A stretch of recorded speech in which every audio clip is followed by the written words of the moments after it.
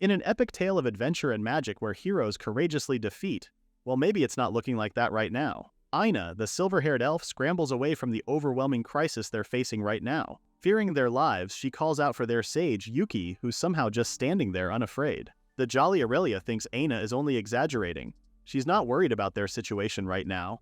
It would have been more challenging to their party if they faced 100 times more monsters. This? Easy peasy, not a problem at all. A sudden light emanates throughout their surroundings, making the two girls stop their tracks in awe. With a sword in hand, Yuki uses his magic and casts a flare spell against the monsters. Boy, are these girls impressed. That includes their tiny little dragon pet. Inspecting the aftermath, Aina is impressed a human boy could hold so much power and do so much damage. Aurelia's eyes begin to sparkle with amazement as she praises Yuki for his magical prowess. They both initially thought Yuki was a swordsman. Smiling at the girls, Yuki tells them once more he's a sage, someone who can use the highest level of swordsmanship and magic at the same time. Upon hearing this, both Aurelia and Aina wrap their arms around Yuki, each clinging onto Yuki's side. Ah, what a life Yuki has. This moment, though, serves as a tale for the future. Let's go back to where and when it all started. Yuki didn't start off living a spectacular life. In the human world, Yuki used a regular employee who worked for smug superiors. He remembers the day he was fired for no absolute reason. His termination was all too sudden that he didn't believe what he heard, or maybe he was having a nightmare. Unfortunately, it's all reality. Even though he was very competent with his job, the management still placed all the blame for the company's poor performance solely on Yuki. Internally dumbfounded and angry, Yuki stood there speechless and frozen. Luckily enough, Yuki managed to save his earnings. Add that up to his unemployment benefits and Yuki's basically going to live the neat life worry-free. And he took it as his new job to play online games day in and day out. The boy focused so much on it that he can now see through the game's patterns, making it easier for Yuki to level up his character effortlessly. Playing these games made Yuki forget about his present problems and his questionable future. In this game called MMORPG, players need to interact and cooperate with other players in order to level up. Because Yuki is socially inept, he played solo and chose the Trickster class, which had to specialized abilities and was even considered a trash tier class due to its lack of versatility. So it was expected that serious players disliked this class and wouldn't choose this at all. After continuously progressing and upgrading throughout the game, Yuki finally maxed out the Trickster's levels.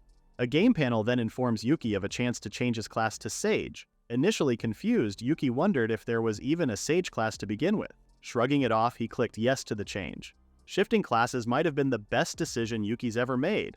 It wasn't some kind of bug or balancing mistake. It turned out to be an all-access pass to unlimited skill and magic. The Sage class turned out to have every single parameter on a max level. With this overpowered ability, Yuki can now attack his enemies without a hitch, even enemies that are hard to defeat alone. Because of all the fun Yuki's having, he eventually stopped questioning and overthinking everything else. He became more brazen with his gaming and started taking down raid bosses. One time, Yuki faced a beast that's supposed to be fought by 1,000 players. Yet here he was facing it alone. In his mind, it's all a game. He's also pretty sure the game makers never expected someone to hit max level with a trickster. What a blessing in disguise. Yuki's character pierced the beast with his sword, already expecting it to have a whole different level of difficulty when it comes to durability and recovery. This does not waver Yuki's determination though. He knows he has enough attack power to actually defeat this beast. One last pierce through this monster and voila! Yuki has been successfully reincarnated into another world. After the game glitches, Yuki wakes up in a room where priestly-looking men calls him a hero, eventually saying their summoning was a success. Yuki is immediately greeted by a room full of other heroes.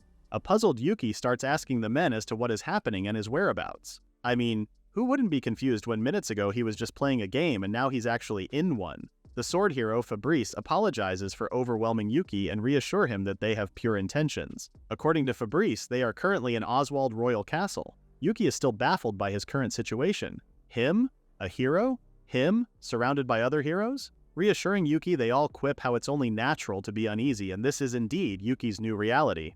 The shield hero, Katashi, even says that it will take some time before Yuki can accept this new world. The bubbly healing hero, Shiri, swiftly introduces herself to Yuki, clinging onto his arm as if they're longtime friends. She's pretty much interested at Yuki's young age, assuming he must be overflowing with talent. Young age equals great skill, whatever skill she might be pertaining to. Shiri then pushes herself closer towards Yuki. Enveloping him with her warmth, Shiri tells the boy he is one of the chose heroes of Oswald Kingdom, and if there's anything Yuki doesn't understand at all, she would be very much obliged to answer him. Sheesh. On more serious matters, Yuki shifts back his attention to Fabrice and asks him as to how they knew Yuki is truly a hero or not. Lifting his hand, Fabrice shows Yuki how they can easily view their stats by focusing their minds on wanting to see it. Fabrice's stat list then pops up showing his name, level, class, and of course a detailed skill set with hidden stat numbers. When Yuki asks about the hidden numbers, Fabrice immediately explains that important information like that is hidden to other people even if they're fellow comrades. Understanding all of this, Yuki lifts his hand and attempts to bring out his class and stats. The room goes quiet and looks of bewilderment paint Fabrice and the others' faces. Whispers fill the room as they stare at Yuki's class, which says Sage, the same class he procured in the game before reincarnating in Oswald. With the heroes being used to only getting hero classes, they're all wondering if Yuki's Sage class is okay. Furthermore, the stat values are completely beyond the roof compared to Yuki's level, which further complicates this whole ordeal. Oblivious to everyone's detached looks, Yuki is in a world of his own. He wonders if he's as strong in Oswald as he was in the game. Could he actually use all of his skills, especially the Sage class, freely here? Disdain expressions darken the other heroes' faces, calling Yuki a fake. All the priests turn to each other and discuss the potential mistakes they made during the ritual. It shouldn't be possible since the process hasn't changed. But why would the ritual summon Yuki when his class doesn't classify as hero? Did one of them mispronounce the incantation? While the priests argue, the king who's been sitting on his throne since Yuki arrived finally speaks. Since Yuki isn't a hero, the king proclaims to banish Yuki at once. They only need heroes, so there's no use for Yuki. At least that's what they all think. An astonished Yuki argues with the king. They summon him here without his consent just so they could kick him out. All the heroes' welcoming aura has dissipated and is replaced with disgust and disappointment. Since they've never heard of a sage before, Yuki is now labeled as next to nothing. Yuki tries to explain to them that he's actually a hero like them. Shiri repulsively tells Yuki not to level himself the same as them because his stat doesn't say he's a hero. In short, not a hero equals useless. Useless equals to not needed. Wow, what a major deja vu moment for Yuki. This feeling of being unwanted is just the same when he was in the human world. His work was always unappreciated. Oh, do we have to mention the scum superiors he had? They doubted Yuki's capabilities and always belittled his skills, and eventually they fired him for being stubborn and useless. This trauma is giving Yuki a major headache, especially that the heroes are saying the same exact thing. Useless. Kick him out. He doesn't belong here. The king then orders his guards to take Yuki outside the castle, since he's not allowed to stay in the sacred royal chamber anymore. Like trash, Yuki is dumped outside the castle. Calling him a fake hero, the guards demand Yuki to just hurry up and go home. Now Yuki is writhing in anger. Even if those people would beg him to come back, he vows to never return. With nothing else to do but explore the town, Yuki ponders upon what just happened in the throne room. Not the getting kicked out part, okay? He thinks about what they told him, about the summoning of heroes. His mind hasn't quite grasped the idea of being reincarnated yet. On top of that, he managed to get reincarnated as a sage. Finding a nearby fountain, Yuki defeatedly sits down. He can't help but feel pathetic for having the same fate in Oswald as he did in the human world. He really thought there was hope in changing his destiny here. Should he just live a quiet and peaceful life here? Or should Yuki look for a way to return to the human world? After giving it some thought, Yuki fervently decides to stay in Oswald instead. He doesn't want to return to the human world, a world where there's nothing but exploitative companies that got him depressed. Standing up, the sage contemplates on what his next course of action will be. He has to do something, right? But what could that be when he was basically thrown out before a demo could even happen? Yuki aimlessly walks around, hoping for some kind of miracle to happen. If this were a game, situations like his would normally forge some kind of fateful encounter to change his destiny. As Yuki steps foot in a secluded alley, he mutters how saving a princess from a kidnapping would be so much helpful right now. Your wish is my command, dear sir. 3 bandits are actually keeping a damsel quiet right now. Impeccable timing as Yuki hears them talk about loading up the muffled-up girl into the carriage before anyone sees them. Yuki hides himself, deciding whether to help the girl or pretend he didn't see anything. Hello? Yuki? This is the fateful encounter you wanted, right? Even if he helps, Yuki has no means to fight these bandits properly and be involved in even more trouble. Before he could even decide anything, Yuki steps on some pieces of wood, making noise in the process. The bandits suspiciously look at the direction of the noise and ultimately catch Yuki watching them. Remembering the status screen back at the royal castle, Yuki wonders if any of his skills would be useful right now. While the bandits are distracted, Yuki lifts up his hands in the air and activates his skill, Divine Blessing. A glowing sigil forms underneath Yuki, and before you know it, the bandits were no more, leaving an awestruck Yuki alone and on the ground. He didn't really expect it to be that powerful, but at least the coast is clear. No pun intended. Yuki then remembers the girl in the carriage and immediately checks on her. Yep, she's still there, tied up and muffled. The question remains, who is this mysterious girl and what role does she play in Yuki's adventure? Yuki sighs in relief upon seeing that the girl, although still tied up, is safe and sound. The poor girl starts getting restless, thinking she's still in danger. Yuki reassures her at once, telling her everything's okay now. While untying her, Yuki informs the girl that the bandits earlier have already been taken care of. Teary-eyed, the girl thanks Yuki for saving her. The girl then asks Yuki for his name, but the boy seems to be preoccupied, openly staring at the damsel he just saved. Judging by her appearance, the girl looks like a rich young lady, and if Yuki looks at her a bit closer, it seems that our sage is captivated by the maiden's beauty, making him blush when the girl notices his prolonged gaze. Finally introducing himself, Yuki once again reassures the girl that he's one of the good guys. He then expresses how he's glad nothing too bad happened to the girl. A tender smile warms the girl's face. It's all because Yuki was at the right place in the right time. Still, Yuki doesn't know anything about the girl and begins asking her about it. Trusting her savior, the girl introduces herself as Aurelia Villars, the third princess of the Villars Empire. Once again, Aurelia thanks Yuki for saving her earlier. As for Yuki, he's quite shocked at Aurelia's revelation. He just saved a princess from the neighboring kingdom. Oh, what a fateful encounter indeed. But how did a princess like Aurelia end up getting captured by bandits? And why is she traveling alone without any of her attendants? These are questions the curious Yuki asks the princess. Well, it's somehow a really cliché story. Aurelia gives Yuki a short laugh before telling him the reason. As a princess, Aurelia was living the perfect and peaceful life. However, she got bored with the same routine every day. It was too peaceful, too quiet. She craved fun and adventure. And so one day she wrote a letter and left it at the castle saying she was off to greener pastures and broader horizons. When Aurelia arrived in town, that's when the bandits set their eyes on her. She was walking down a dark alley when they captured Aurelia and planned on selling her to the nobles. Crossing his arms, Yuki gives the princess a disapproving look, even calling Aurelia a mischievous princess for escaping the castle just to travel around different kingdoms. Now embarrassed, Aurelia tries changing the subject and asks about Yuki's incredible tales of heroism. He did manage to defeat those bandits effortlessly, so there should be many of it, right? Yuki racks his brain of everything that has transpired in his life so far. He doesn't hesitate spilling every single detail to Aurelia. Despite being clueless about the human world that Yuki mentioned, Aurelia was kind enough to listen to Yuki's ramblings with a curious expression. After he was done sharing his story, Yuki suggests for Aurelia to return to Villars' empire, especially after the kidnapping incident. Aurelia adamantly refuses to do so. In fact, she's not worried at all if she ends up in the same situation again. Why would she worry when Yuki will be there to help her again? Yuki doesn't give Aurelia a direct answer. Instead, he lets her understand that he's already got a lot on his plate right now. And even if he agrees, Yuki's so sure that the Empire would have him killed if they found him with the princess. Normally, that would be the case. Yuki would definitely get the boot out. But Aurelia already has a secret plan. Approaching Yuki, the princess clasps Yuki's hand, happily suggesting they only need to play pretend. A frazzled Yuki moves away from Aurelia's touch, frantically denying Aurelia's plans. Face as red as a tomato, Yuki is in disbelief that such plan would come from someone like Aurelia. I mean, she is a princess. Aurelia tries persuading Yuki about her plan. She absolutely knows what she's talking about. She's read about it in her books before. That's one way to reassure him about your perfect plan, girl. Yuki immediately tells her it's a bad idea.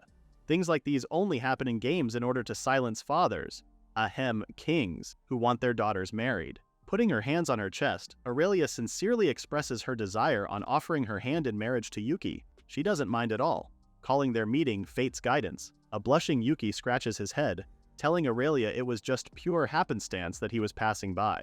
He refuses to take on Aurelia's offer. This princess is indeed a princess. She's way out of touch with reality. Pretty brazen for her to offer such things too. Offers like these might be common in games, but right now, this is Yuki's reality, and Aurelia's offer is way too convenient. Not only that, Yuki discloses their huge age gap. A lady like Aurelia shouldn't be casually talking about such things to a grown man. This has Aurelia giggling. Yuki must be joking. No matter how Aurelia looks at Yuki, he only seems to be around 15 years old. Instantly looking at his hands, it's only now that Yuki realizes he has much younger skin. This must be due to the reincarnation process. It all makes sense now. The people at the castle was already treating him like a kid and even calling him one. Even so, Yuki shakes his head. It still won't sit well with him knowing he'd just Aurelia and she's already offering marriage. I guess Yuki's one of those who'd like to wait and really get to know someone before calling him the one. Disappointment bears Aurelia's face. Here she thought she had found a reliable companion. Come to think of it, Yuki believes Aurelia would also suit him well as a companion too. It's just, things are a bit complicated right now and he doesn't want to add more fuel to the already burning flames. But at the same time, Yuki knows he can't just leave Aurelia all by herself, so he suggests another plan. Yuki tells Aurelia how he usually travels alone, but if she were to follow him on her own accord, then he can't do anything about it anymore. Hearing this makes Aurelia brimming with happiness, hugging Yuki oh so tightly. Their moment gets interrupted when Yuki's stomach starts growling. A sheepish smile forms on Yuki's face before explaining he hasn't eaten anything since coming in this world. Aurelia gently laughs, holding onto her stomach as she also feels hungry now too. She then suggests they talk about their next step over a nice meal, and as a token of her gratitude, she'll treat Yuki to a free meal. Yuki awkwardly takes her up on the offer. Yuki, I don't even think you have any New World money to begin with. Meanwhile, back at Oswald Castle, a guard approaches the king, informing him that Aurelia has been taken away by someone else. This stresses the king badly. Didn't he hire skilled bandits? The guards further details out that the bandits were wiped off almost immediately, and the culprit is the boy they just banished, Yuki. In disbelief, the king warns the guard not to say such ridiculous things. There's no way such thing would happen. The guard bows his head even lower, apologizing to the king and promising to resume their efforts on the search for the princess. After the guard leaves, the king mulls over this new problem. Yes, he's the one who ordered those bandits to kidnap Aurelia in hopes of using her as collateral in negotiations with the Villars Empire. Now this poses a problem to Oswald Empire. If Aurelia were to return to Villars Empire and her father learns about the kidnapping, the king is sure that the emperor will launch a thorough investigation. This is an act of aggression and Oswald would be doomed when this comes to light. Not only that, if the surrounding kingdoms were to form an alliance with Villars, Oswald would stand no chance even if they had a lot of heroes. This king turns out to be an enemy. Let's just go back to Yuki and Aurelia for now. The princess is joyfully munching on her delicious meal. Even if it's just commoner's food, she still thinks it's quite good. On the other hand, Yuki doesn't know if this is cheap food or not, but at least this should fill him up. While chewing on a chicken leg, Yuki plans on getting a job. He can't just be a freeloader forever. Aurelia suggests on becoming an adventurer whose job is to take on requests and getting paid upon its completion. Yuki hesitates a bit, telling Aurelia he's not really a skilled fighter. However, Aurelia doesn't believe him since he did manage to defeat the bandits earlier. She urges Yuki to take the adventurer's test in order for him to get his license. A test would definitely be a nice way to gauge Yuki's abilities too. Taking out her ID card, Aurelia shows it to Yuki, explaining it was even easy for her to get one. And no doubt in Aurelia's mind that Yuki will pass it with flying colors asleep. Yuki notices the fake name that Aurelia is using on her ID card. She can't use her real name or else she'll get exposed. Yuki's not impressed on how thorough Aurelia is with things like this. Suddenly, they hear a loud sound coming from outside. A man then informs the diners that the weapon shop across the street is on fire. They all go outside and watch the flames engulf the building. The citizens start talking about how to put out the fire quickly. It's not just the building that's gonna burn down if they don't contain the fire. Yuki and Aurelia then hear an old man crying out for his grandchild. Apparently, his grandchild is still inside the burning building. The citizens dissuade the old man from saving the child since the fire is already too big and no one can get close to it. The old man drops to his knees crying, asking for someone to save his grandchild. Aurelia swiftly turns to Yuki and asks him to save the child. Yuki understands Aurelia's concerns, but they can't go rushing in a big fire without a concrete plan. Yuki tries remembering his skill set, hoping there could be something he could use to put out the fire. Could climate manipulation help him right now? Could this skill really change the weather? There's only one way to find out. Reaching a decision, Yuki walks inside to try and rescue the child. At once, Yuki is met with hot, flaming fire. He covers himself and carefully makes his way through the fire as he calls out for the missing child. The child screams out and Yuki walks towards the child's direction. Holding onto his cat, the child tells Yuki he was supposed to be outside with his grandpa, but his cat, Tama, was missing. So the child went back inside to get Tama, but couldn't find his way out because of the flames. Initially, Yuki prepares to use climate manipulation to make it rain. But seeing that the fire has already spread, Yuki decides to cool down the burning wood instead. This would be a much faster and more efficient plan. Without a second thought, Yuki activates climate manipulate and the temperature around them instantly drops to absolute zero. Outside, the citizens see that the fire has suddenly died down. They all assume that Yuki had something to do with it. Questions begin to unfold as to how Yuki was able to do so. After a while, Yuki and the kid finally make their way outside. Aurelia rushes towards them and is happy to see that both are safe. She expects nothing less from Yuki. The sage, Grandpa and the child finally reunite, tearfully embracing each other. What a lovely scene to behold, all thanks to our mighty adventurers. Everyone witnessed the grandfather and grandchild's reunion, all made possible because of Yuki's heroism. If he was a minute too late, things would have ended on a sour note. After a while, the grandfather finally turns to Yuki and introduces himself as the owner of the shop. He apologizes for looking a bit dramatic earlier and thanks Yuki for saving his grandson Hans. When Yuki asks Grandpa about the fire, the old man could only guess it was some gunpowder material that caught fire. But he has no idea how it really started. I smell something fishy around here. Anyways, Grandpa really want to thank Yuki for all that he's done. Politely declining, Yuki scratches the back of his head as he explains that Grandpa already has his hands full with his shop's current condition. Still, Grandpa insists he must show Yuki his gratitude. If Yuki is fine with anything from Grandpa's shop, then he has Grandpa's approval to take whatever he likes. Although shocked by the generous offer, Yuki takes Grandpa on his offer. Yuki and Aurelia then go inside Grandpa's shop, happy to see that most of the merchandise didn't get destroyed by the fire. There's still so many weapons that Yuki will surely have a hard time picking one. Yuki initially picks out a double-headed axe. Staring at it makes Yuki wonder if sages even wield exclusive weapons. Could a sage equip any weapon at all? He then turns to a sharp sword. Inspecting it, Yuki still doubts a sage like him could properly use them. While checking out a mace weapon, Aurelia approaches Yuki to ask if he already found a good weapon to get. Yuki can't really answer that. He's surprisingly having a hard time choosing one that's best fit for him. While Yuki tests out yet another weapon, this time a flail, Aurelia thinks Yuki should just trust his gut. Yuki doesn't mind any weapon as long as it's easy for him to handle. So it's definitely not this flail, Yuki. Grandpa then approaches the two adventurers, telling them that while the weapons are all mass-produced, they're certainly of top-notch quality. This time Yuki tries handling a pickaxe. He still can't decide and ultimately asks Grandpa for recommendations. Grandpa thinks over it for a bit and suddenly, bam, he knows exactly what to give to Yuki. He rushes towards a wooden chest looking for the weapon in mind. Alas, Grandpa finds it and presents a one-of-a-kind piece to Yuki. Yuki takes a hold of the sword in awe of its splendid form. This sword is known to be the Demon Sword Berserk. It's said to have been wielded by a ruthless demon king many years ago. Upon hearing this, Yuki asks Grandpa if the sword is valuable. A smiling Grandpa further tells Yuki that the sword could have been of value, but since it has lost its magic power, it's more of an antique piece now. Bringing it up close for inspection, Yuki can't help but smile. The sword's design and backstory has really caught his true heart. If only there's a way to restore its power. Out of nowhere, the sword starts glowing, astonishing both Yuki and Aurelia. It seems that Yuki has unconsciously activated his skill, Auto Repair. Yuki has managed to successfully restore 0.2% of the sword's power. Grandpa isn't surprised by this outcome, even saying that it's as if the sword has chosen Yuki to be its master. This just settles it even more. This sword, which is glowing with frenzied light, is officially Yuki's. After gratefully accepting his new sword, Yuki and Aurelia bid Grandpa and Hans goodbye. Walking into town again, the duo decide on looking for an inn. With all that's happened today, they could really use some R&R, hopefully in a nice room too. After a while, the two finally find a room. Aurelia is very much pleased with how spacious it is. Because of that, they won't have trouble staying together in this room. Not only that, this is Aurelia's first overnight outside castle walls, so she's pretty excited. Normally, Yuki wanted to have separate rooms, but Aurelia was able to persuade him in order to save lodging fees. Kinda suspicious for the princess to be worried about money.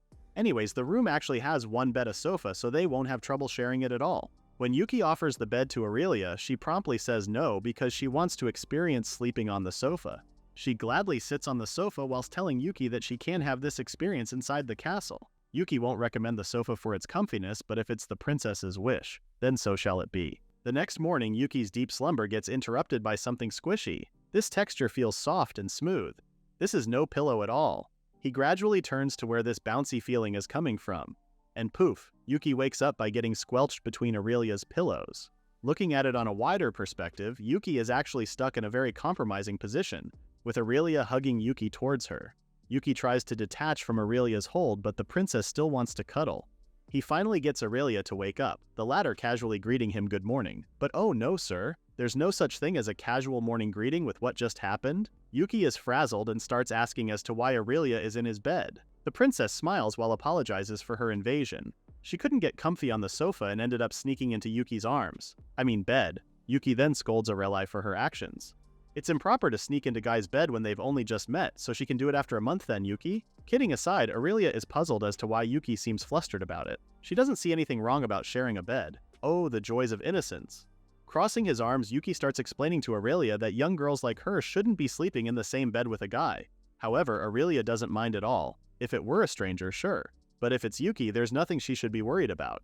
A blushing Yuki still thinks Aurelia is being careless. Even if it's him, she should still be cautious. He hashes out on how the world has plenty of people that would take advantage of situations like these. Heeding Yuki's advice, Aurelia agrees to be more careful from now on. With a worried expression, Yuki makes sure Aurelia won't be sneaking into the sofa tomorrow. The princess only giggles, teasing Yuki with a "who knows" reply. To make sure that Aurelia doesn't get tricked by some shady guy in the future, Yuki devises a life-learning moment for her. Yuki slowly draws himself closer to Aurelia, telling her that he's going to make his move since she clearly wants it. The innocent princess begins to fluster, asking Yuki as to how far would his move go beyond. With a creepy look, Yuki informs Aurelia he might just go all the way, inching his face closer and closer. In a sudden turn of events, Aurelia's initial fluster dissipates and is replaced by one of longing and acceptance. She poses herself innocently before telling Yuki that she agrees to his plans if he really means it. Yuki definitely didn't see that one coming at all. He instantly drops his facade and starts explaining he only meant to do this as an example to warn Aurelia about these things. Hearing this, the princess expresses her disappointment. Maybe next time, princess. Well, so much for a life-learning moment. Later on, the two get ready and head outside town. As they walk, people start whispering and staring at them. Correction, people are staring at Yuki. Yuki starts worrying about being the center of attention.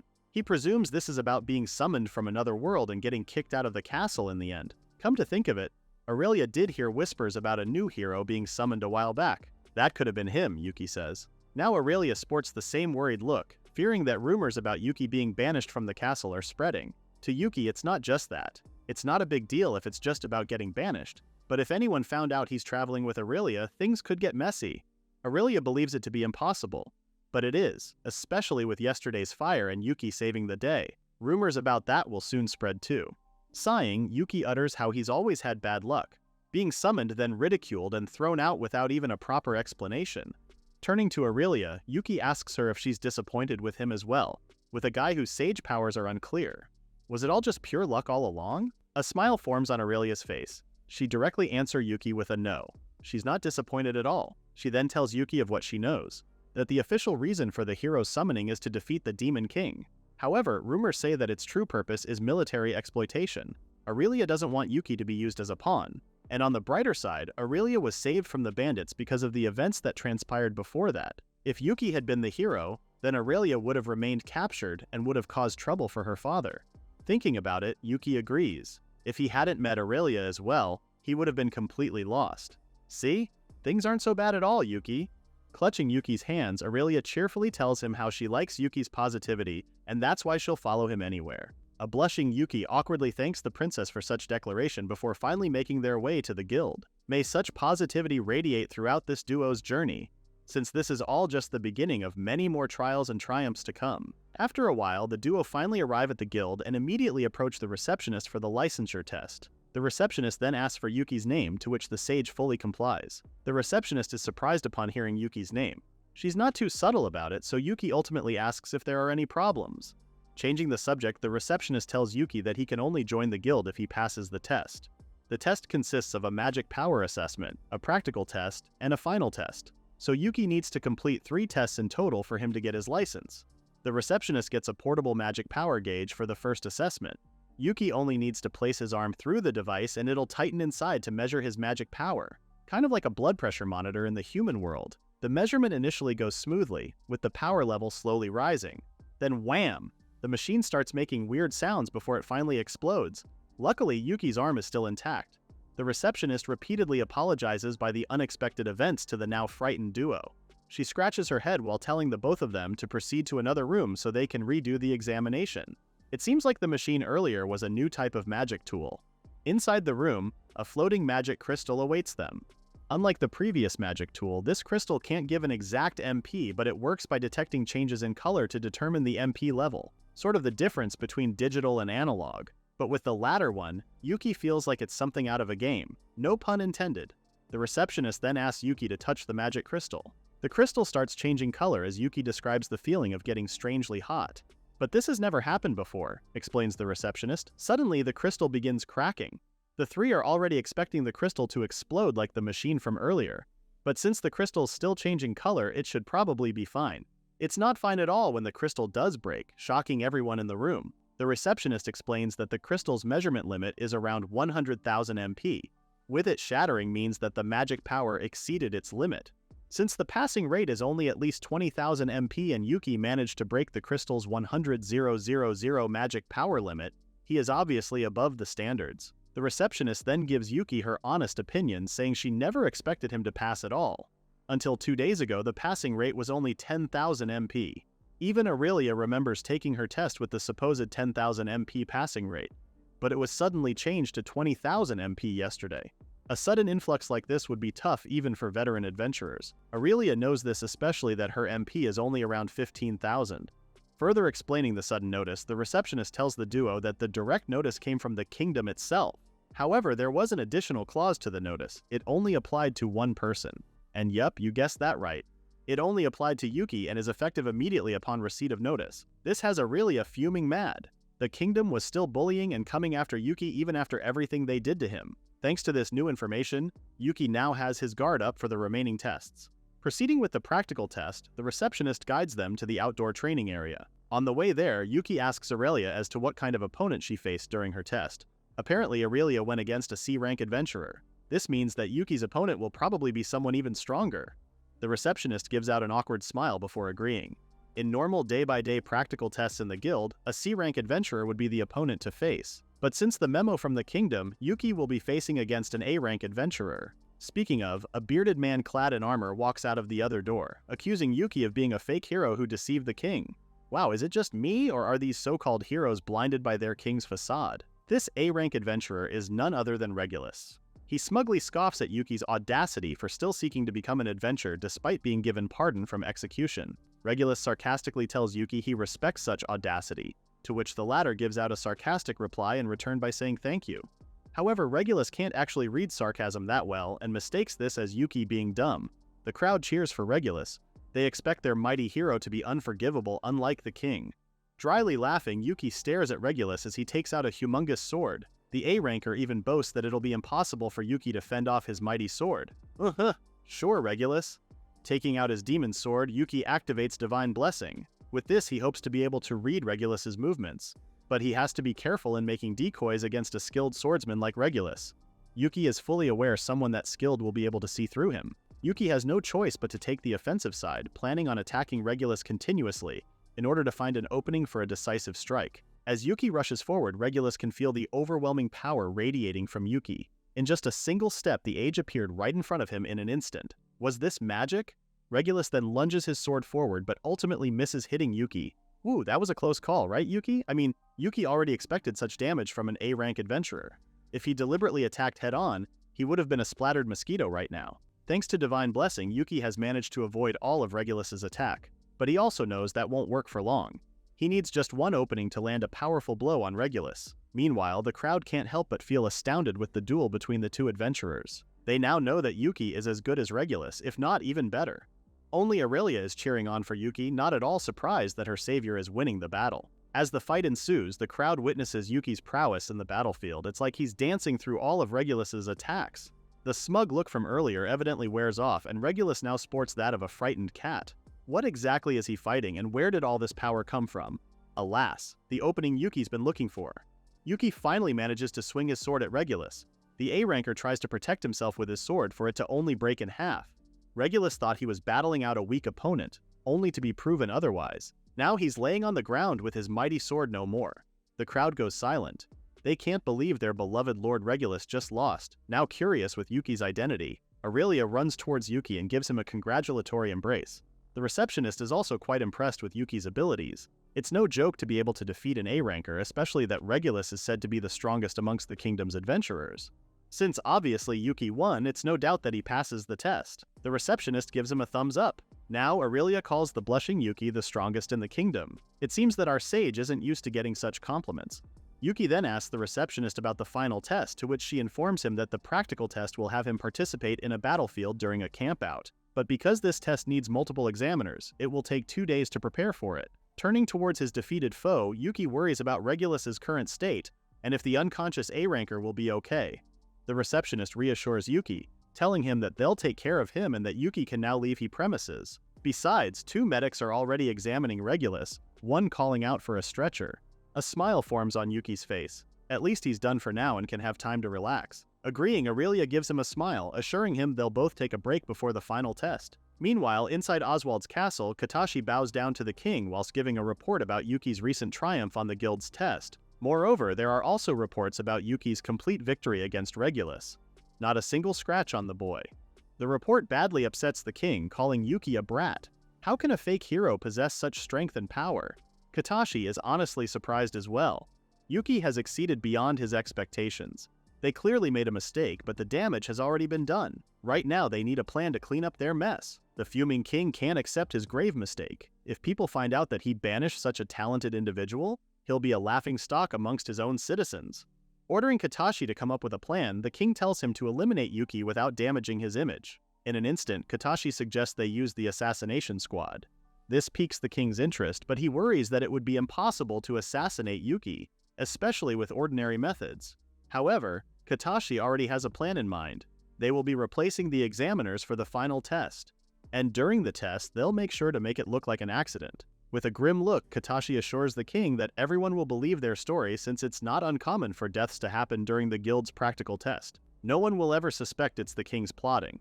The king gives it a thought and not long decides to give it a go, even calling it a brilliant idea. He leaves this pressing matter in Katashi's capable hands. His only condition is that no one should suspect a thing or two. This time around, the king will make sure the fake hero will disappear for good. Will their evil plotting succeed as planned?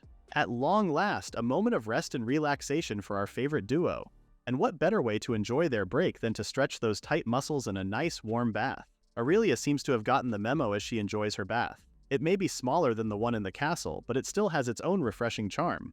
Another one crossed out of Aurelia's bucket list. It's not only her aching body that's being healed right now, but also her mind. She also thinks Yuki should enjoy a warm bath to refresh himself before the final test. That should relax both his body and mind for sure. Meanwhile, Yuki is outside sitting on the bed with his arms crossed. After his standoff with Regulus, Yuki's opinion about being a sage is beginning to sway.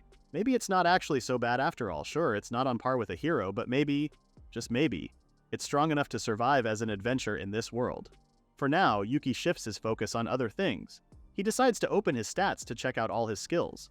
Upon going through the list, Yuki is puzzled to see barrier magic. He surely didn't have this in the beginning. When was he able to acquire this? Looking at the name, Yuki deduces it's a type of magic where he can create a barrier or shield. He gives it a try, lifting his hand to activate the said skill. Crew. Staring at his surroundings, Yuki can't seem to see any change at all. He's so immersed with his newly acquired skill that he doesn't notice Aurelia coming out from her bath with only a towel covering her. Aurelia casually walks toward Yuki, suggesting that he takes a bath as well. She even volunteers to wash his back for him. Before she could even reach the bed, Aurelia gets knocked off by an invisible force. She's now on the floor, holding her head in pain. This gets Yuki's attention, instantly worrying about Aurelia's sudden outburst. The princess explains what happened, telling Yuki that she somehow ran into an invisible wall. The poor princess seems to be teary-eyed from the fall too. Yuki then stands up and knocks on the invisible wall Aurelia just mentioned. A question comes in mind. Will the barrier be able to prevent attacks and intrusion? Is this how it works? A game-like panel appears in front of Yuki. Apparently he can set a password to deactivate the barrier magic. This way, Yuki's allies will be able to enter and exit the barrier freely. After choosing one, Yuki tells Aurelia to say, Hirake Goma. Although she has trouble saying it at first, Aurelia manages to say it in one go, lifting the barrier in the process. Yuki then goes into detail, conveying to Aurelia that she ran into a barrier that his magic created, and the phrase Hirake Goma is the password to enter. He asks Aralai to remember it for when the time comes. The next day, Yuki and Aurelia meet the receptionist out in the forest. The receptionist doesn't waste any time and explains the mechanics of the final test. Yuki is to camp here for the night. During that period, the officer in charge will attack, and Yuki must do his best to protect the campsite. Protecting the camp is his top priority. The officer in charge will also be an adventurer of rank C or higher, so it's usually considered difficult to defeat them. The test will end at exactly 6 in the morning tomorrow. Both Aurelia and the receptionist will come back by then, with the latter to hopefully deliver the good news of Yuki's successful examination. After the girls leave, Yuki starts off with setting up a barrier which is now on level 2. He was able to level it up using the skill points he accumulated. He doesn't really know how strong the barrier is now, but at least it'll buy him some time if enemies were to attack. Yuki then sets camp, sitting down while cooking his meal. He never thought he'd experience solo camping in this world until now. Meanwhile, a group of assailants are already hiding in the bushes nearby. One assassin informs their captain that they've successfully surrounded Yuki. They shall now commence Operation Eliminate Yuki. The captain gives everyone the heads up that their target is none other than the innocent boy sitting and waiting for his meal to cook. It's unfortunate, but there's no room for sympathy right now. According to the captain, rumors have spread like wildfire across the town saying that Yuki committed a serious betrayal against the kingdom. They're here because the orders came directly from King Selber himself. Judging by that fact alone, they already know Yuki won't be an ordinary opponent to face. The assassins initially plan on confusing Yuki from behind since he doesn't seem like having any plans on moving. A frantic assassin then comes up to report an emergency to the captain. Nope. Yuki hasn't suspected anything for now, but the captain needs to see what they're truly up against. The assassin lunges a sharp blade at Yuki, with so much force it should directly hit the sage. However, his blade only bounces off the barrier Yuki set up. They're all taken aback when the captain voices out his suspicions. They might be dealing with barrier magic, but that shouldn't be possible since it's the type of magic that's been lost in history. Crossing his arms, it might be impossible, but right now it's all the captain could think of. If it's really barrier magic, then it won't break with just swords or regular magic. Since this operation is mandated by the king himself, failure is not an option for the assassins. The captain then orders his henchmen to bring out the magical weapon. Although they didn't get permission to use this, they'll just inform the king afterwards. Like I said, failure is not an option. The assassin begin to worry, thinking this might be too much. Who wouldn't call this excessive when they literally have a cannonball launcher for a weapon? The captain reassures his team that they'll only use it until the barrier breaks. After the necessary preparations are done, the captain tells them to brace for impact as a cannonball is launched towards Yuki. The assassins wait in much anticipation as the heavy smoke begins to clear. Did they get him? Unfortunately for them, Yuki is still alive and kicking, and still happily prepping his meal. Yuki doesn't even seem to notice earlier's explosion too. The captain orders to fire another round of cannons at Yuki, even firing up the backup cannon. He also commands them focus their attacks on a single point as much as possible. And for those who aren't doing anything, they'll assist with amplifying the cannon's MP. Another assassin approaches the captain with worry. It seems that the barrier isn't budging at all. However, the captain knows the cannons are of high caliber. Besides, it's not like they're dealing with demons or magical dragons. While the assassins continue launching attacks at Yuki's barrier, the sage is happy to see that his food is now cooked. He's not so sure if it's any good since he was provided with limited ingredients. Yuki immediately fills a bowl, immediately giving it a taste, and wow, Yuki did a pretty good job with it. He devours his meal with gusto and ends up eating a lot. He's so full that Yuki now wonders when the attack will come. Ahem, Yuki. If you could just turn around and see that the forest is turning into ashes right now.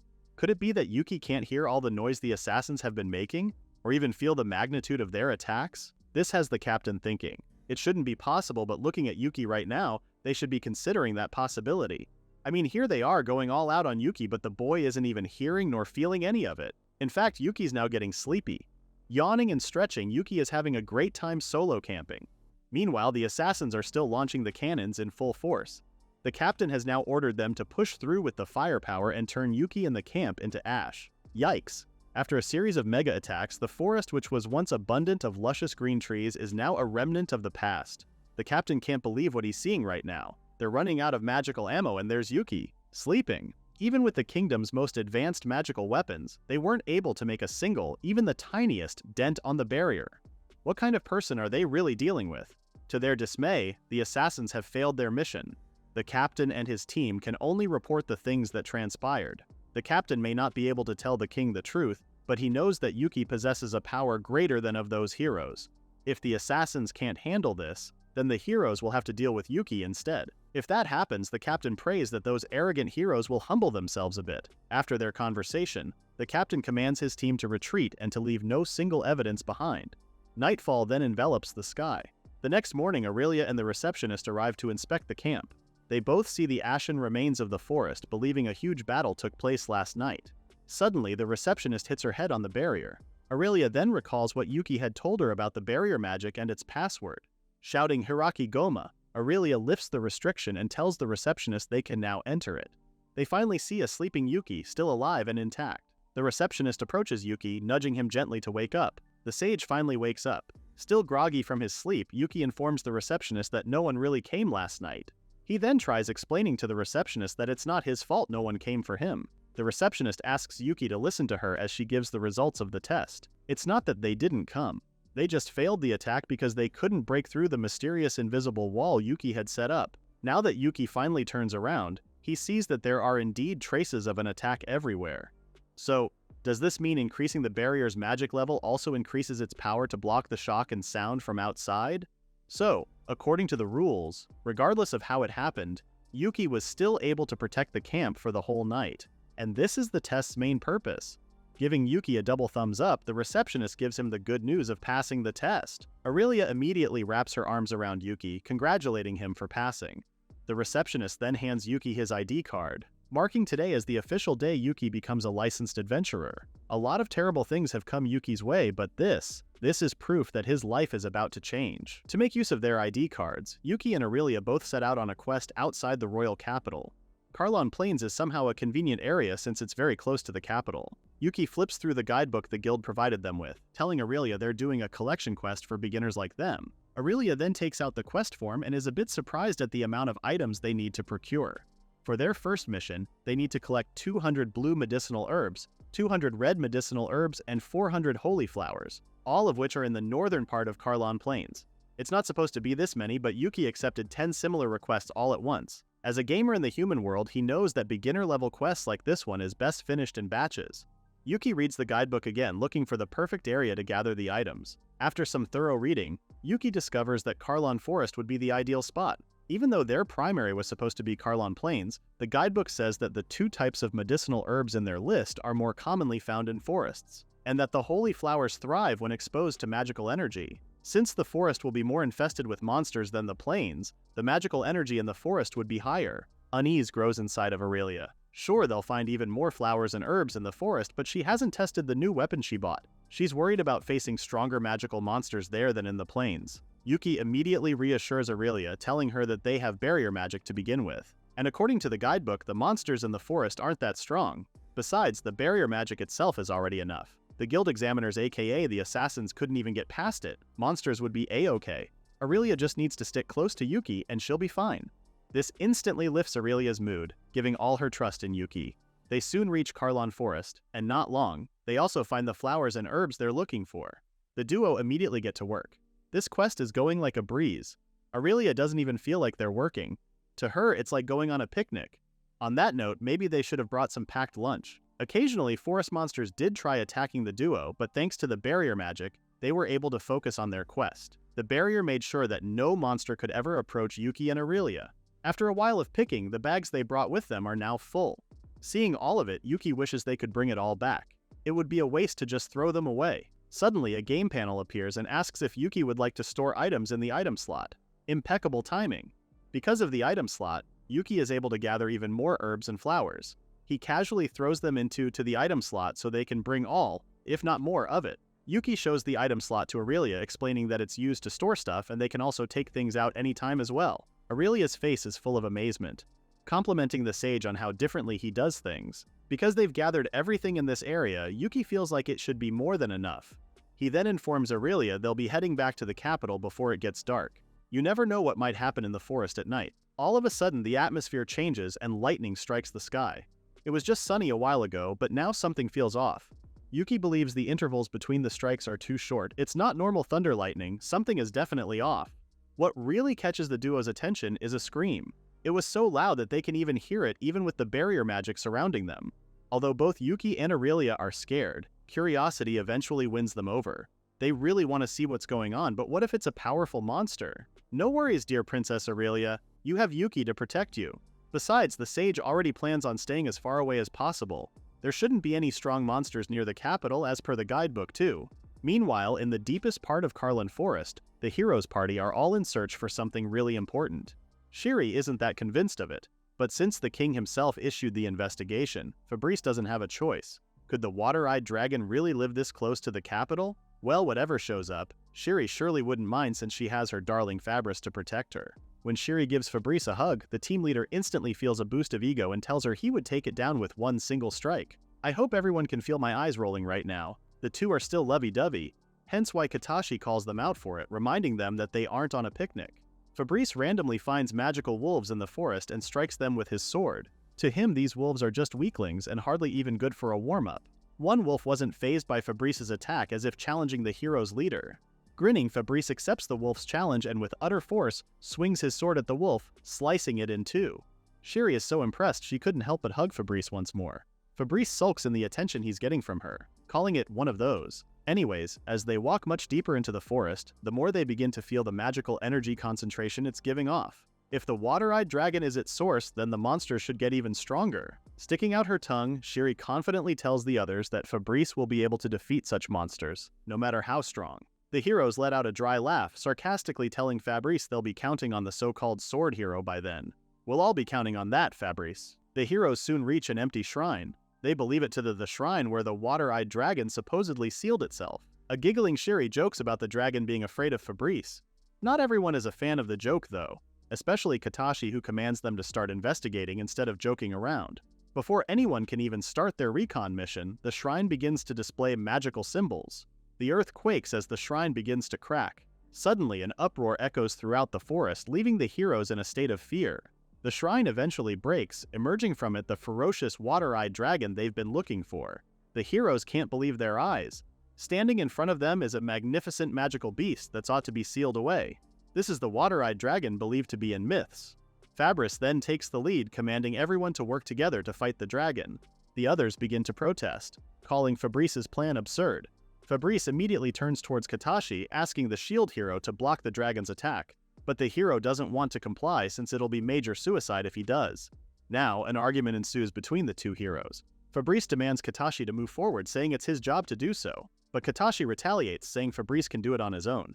All this yapping has the dragon giving them a menacing look. It's unimpressed with the hero's pathetic rambling and ultimately release a mouthful of fire breath. Because of this sudden attack, the other heroes are all wiped out in one go. Healing won't make it in time. Katashi immediately wants to raise the white flag, knowing there's no way they could beat such beast. He dashes off on his own, leaving Fabrice to face the dragon alone.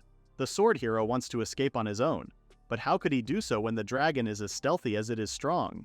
It rushes towards Fabrice with its claws forward and kicks the hero towards the ground.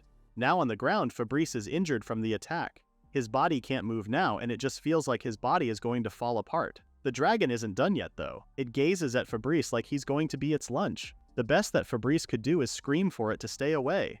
Will the remaining heroes survive such dilemma? Looking up to an ominous sky, Yuki and Aurelia aren't sure what they're going to see, but they can absolutely feel the air vibrating from where they stand. They better be mentally prepared for what's to come. After a while of walking, the adventurers are greeted with the sight of the severely injured heroes. They both turn to see what has caused such catastrophe, only to discover the mythical water-eyed dragon. It stands tall and proud. Upon hearing its thunderous roar, Aurelia dashes behind Yuki's back, hiding herself from the scary beast. She then proposes they leave immediately, telling Yuki the dragon is dangerous to face right now. Yuki agrees with her. While this dragon looks like one of those surprise killers a gamer meets in the early stages of a game, he feels like they shouldn't get involved with such problem right now. Turning their backs, the two start heading towards the royal capital. Fabrice sees the adventurers and immediately calls out for Yuki. The sword hero doesn't care who Yuki is anymore. He just wants someone to help them. Yuki lets out a sigh but doesn't even bother turning around to talk to Fabrice. It's kinda the hero's fault for meddling in unnecessary things in the first place. A relentless Fabrice tries to convince Yuki to help them, telling Yuki the hero party will be completely wiped out if he doesn't intervene. Unexpectedly, the dragon spots the adventurers and gushes out another fiery breath. Although Yuki and Aurelia remain unscathed, the barrier magic they've both been relying on is now broken. The dragon then prepares for another attack. Yuki is now worried. Things have gone sour and there's absolutely no time to rebuild the barrier. Taking out his sword, Yuki takes the defensive side and orders Aurelia to stay away. The dragon lets out yet another attack. Yuki, not wanting to just stand by and watch, lashes the dragon's breath using his sword. Yuki stares at his sword with astonishment. Even with incomplete repairs, his sword can take on massive attacks. What more can he expect from the demon sword Berserk if it's completely repaired, right? Mouth agape, Fabrice is also surprised with Yuki's magical capabilities. In a sudden turn of events, the water-eyed dragon finally stops its attacks. Instead, it starts talking to the adventurers. It asks if Yuki is indeed the sage it's been waiting for. After Yuki promptly confirms his identity, the dragon starts telling the sage about its life and ultimate confinement. Around 1,000 years ago, the water-eyed dragon received a fatal wound in battle. This left it no choice but to seal itself away so it could heal. Not long, it fell into a deep slumber. Since the ancient times, dragons have always lived alongside sages. They are naturally drawn to people like Yuki, who can wield both magical wisdom and the power of dragons. The water-eyed dragon then proposes to take it as Yuki's subordinate. If Yuki does so, the sage will also gain great power. Yuck doesn't give the dragon an immediate answer. Personally, he just wants to live happily. Having such an enormous dragon would be troublesome to travel with. Hearing this, the dragon assures Yuki not to worry. It doesn't waste time at all and instantly turns itself into a cute little baby dragon. Oh my, the stark difference between earlier's ferocious dragon to this cute little pet. Both Yuki and Aurelia are dumbstruck with what's happening. While the dragon's body got smaller, its power remains the same, it just got cuter is all. The baby dragon then looks at Yuki guiltily, apologizing for doing terrible things to his companions, aka the heroes. Confused, Yuki tells the baby dragon that it has nothing to worry about because Aurelia remains scratch-free. The baby dragon then points out the heroes who are still trembling in fear despite the dragon's cute transformation. Looking at the heroes, Yuki negates the dragon's apology. It doesn't need to apologize since Yuki isn't close with the heroes. With arms on his waist, Yuki dryly jokes about the heroes being the bad ones. Fabrice frantically tries to salvage whatever friendship they have left by saying they once met at the castle. Lol, like that makes any difference. The baby dragon's eyes turn blank, asking Yuki if these so-called heroes are his enemies, and if it should kill them instead. Both Fabrice and Shiri cry out in fear. To save themselves, Fabrice pleads he'll do anything Yuki says if he spares them. He then offers the title hero, and even offers his position as leader of the hero party. Of course, Yuki wouldn't accept such a ridiculous offer. How could he when it was Fabrice who kicked him out of the castle in the first place? Yuki remembers these faces as clear as day. Fabrice, Katashi, and Shiri were all scums and agreed to kick him out just because he was a sage. Yuki also remembers being called useless. It's not that simple to just take back something that's already been said just because they've been proven wrong. On bended knees, Fabrice begs with his life. He apologizes repeatedly and asks for Yuki's mercy. With crossed arms, Yuki looks at Fabrice's current stature. It's true that Fabrice is a self-centered guy, but Yuki isn't so sure if the sword hero is the real enemy here. Yuki finally gives the baby dragon an order to leave the heroes alive. They're not worth the trouble at all. This has the dragon slump in disappointment, but it heeds Yuki's commands. However, Yuki has one condition. The heroes need to deny all the bad rumors about him that have spread throughout the kingdom. They also need to apologize to Yuki for all the mean things they've said and done to him. Although Fabrice wants to say yes to this condition, he worries about the king's approval and all the complicated things he needs to do first. Compared to falling to their deaths now, Yuki believes Fabrice's task to be easy enough. The sword hero needs to figure it out, or else the baby dragon will chomp off his head. What a cute chomping beast too! Fabrice immediately agrees, pleading once again to let him and the other heroes go. After that's settled, it's high time the adventurers plus their new pet to head back to the guild. Meanwhile, Shiri starts trying to heal her companions. They'll certainly be fine on their own. If it comes down to it, someone will eventually come and rescue them. The baby dragon then calls his master, wanting Yuki to bestow it a proper name. Without a name, it can't serve Yuki at all. Since the beast is called the Water-Eyed Dragon, Yuki thinks of the name Sui. Yuki apologizes for being unable to think of a good name right away, but the baby dragon is more than happy with its new name. In fact, it likes it a lot. Not only did Yuki manage to complete the guild's requests all at once, he also managed to snag the Water-Eyed Dragon as his pet. He also managed to have the heroes clear out his name that'll eventually restore his honor. It's been a surprising day for these adventurers indeed.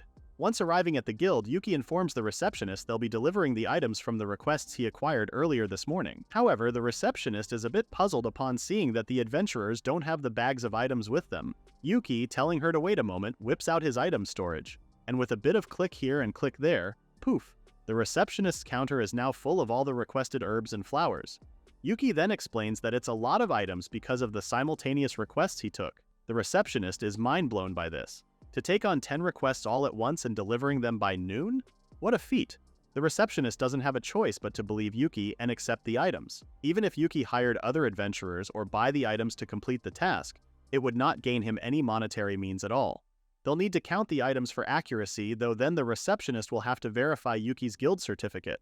Once Yuki hands out his ID card, the receptionist confirms his identity and of Aurelia's. Her eyes begin to twinkle as she recalls all the rumors she's heard. When Yuki defeated the Great Regulus with lightning-fast sword skills, winning the final task without even lifting a hand to fight, and even being a handsome newcomer. What a major fangirl moment it is for this receptionist. Yuki begins blushing and couldn't utter a single reply. The receptionist then informs the duo that they've been promoted to rank C after successfully completing all 10 requests. Aurelia jumps in joy upon hearing this. Before they could leave, the receptionist asks about Sui, who's been sleeping on top of Yuki's head. Yuki gets confused when the receptionist calls Sui a stuffed animal. He's about to tell her otherwise, but then stops and thinks it would be bad if anyone else will find out about Sui's true identity. Plus, Sui's been sleeping so peacefully that Yuki thinks it actually understands the situation and is pretending not to move.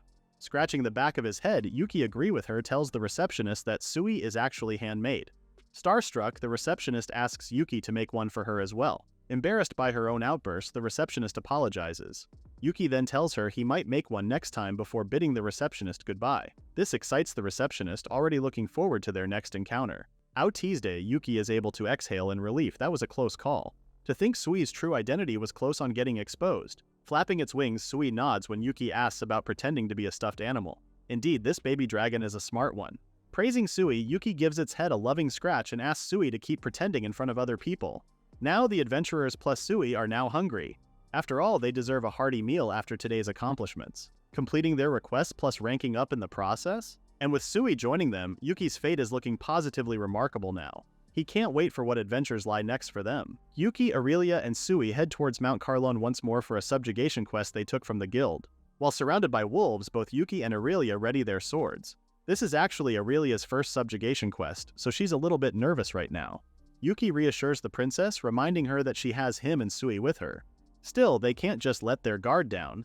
These wolves might have something up their fur. Suddenly, a game panel pops up telling Yuki his newly acquired skill, Evil Eye, is now available. The sage hasn't heard of this skill before, but judging by its name, it sounds like it can curse whatever he looks at. Yuki immediately activates Evil Eye, curious with the skill's use. One of the wolves in front of him suddenly has its stats displayed. Now Yuki understands that Evil Eye is actually an appraisal skill.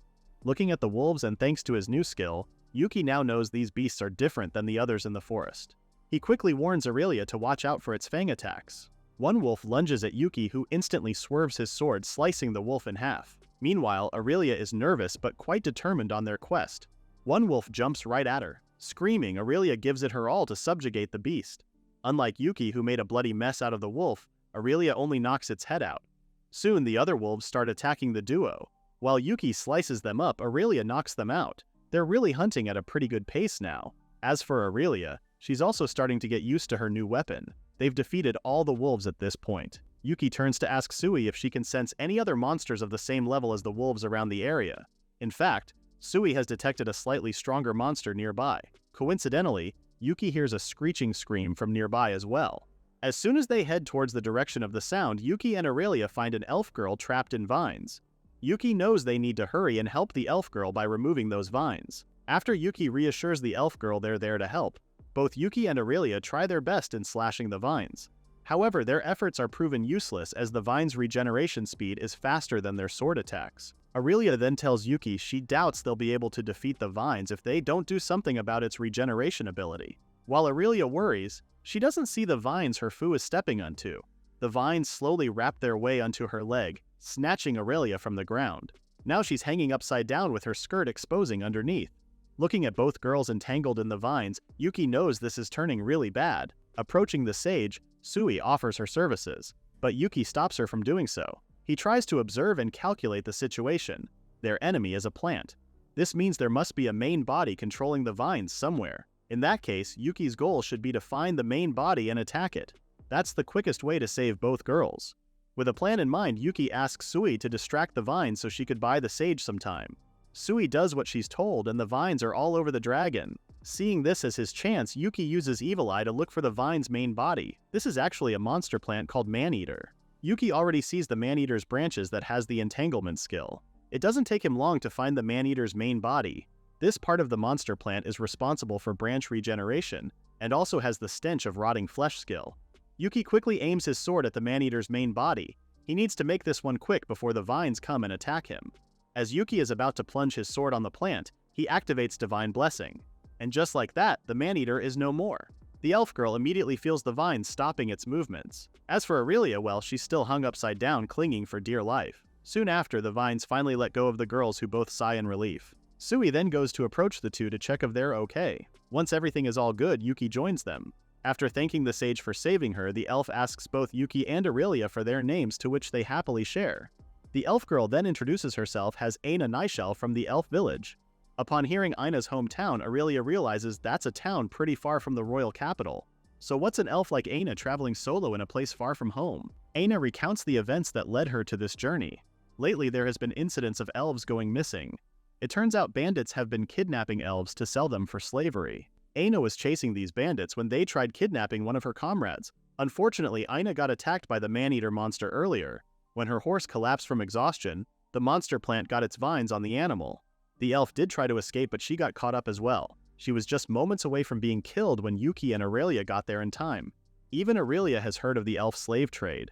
Apparently, elves are sold to perverts who are obsessed with demi-humans or for forced labor.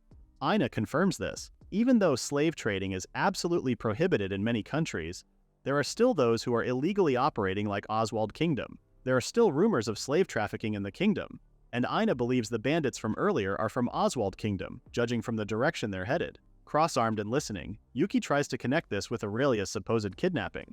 The sage isn't sure if Aina's comrades were taken by the same bandits from the royal capital, but the method used by the thieves that attacked Aurelia in the capital seems similar in some way.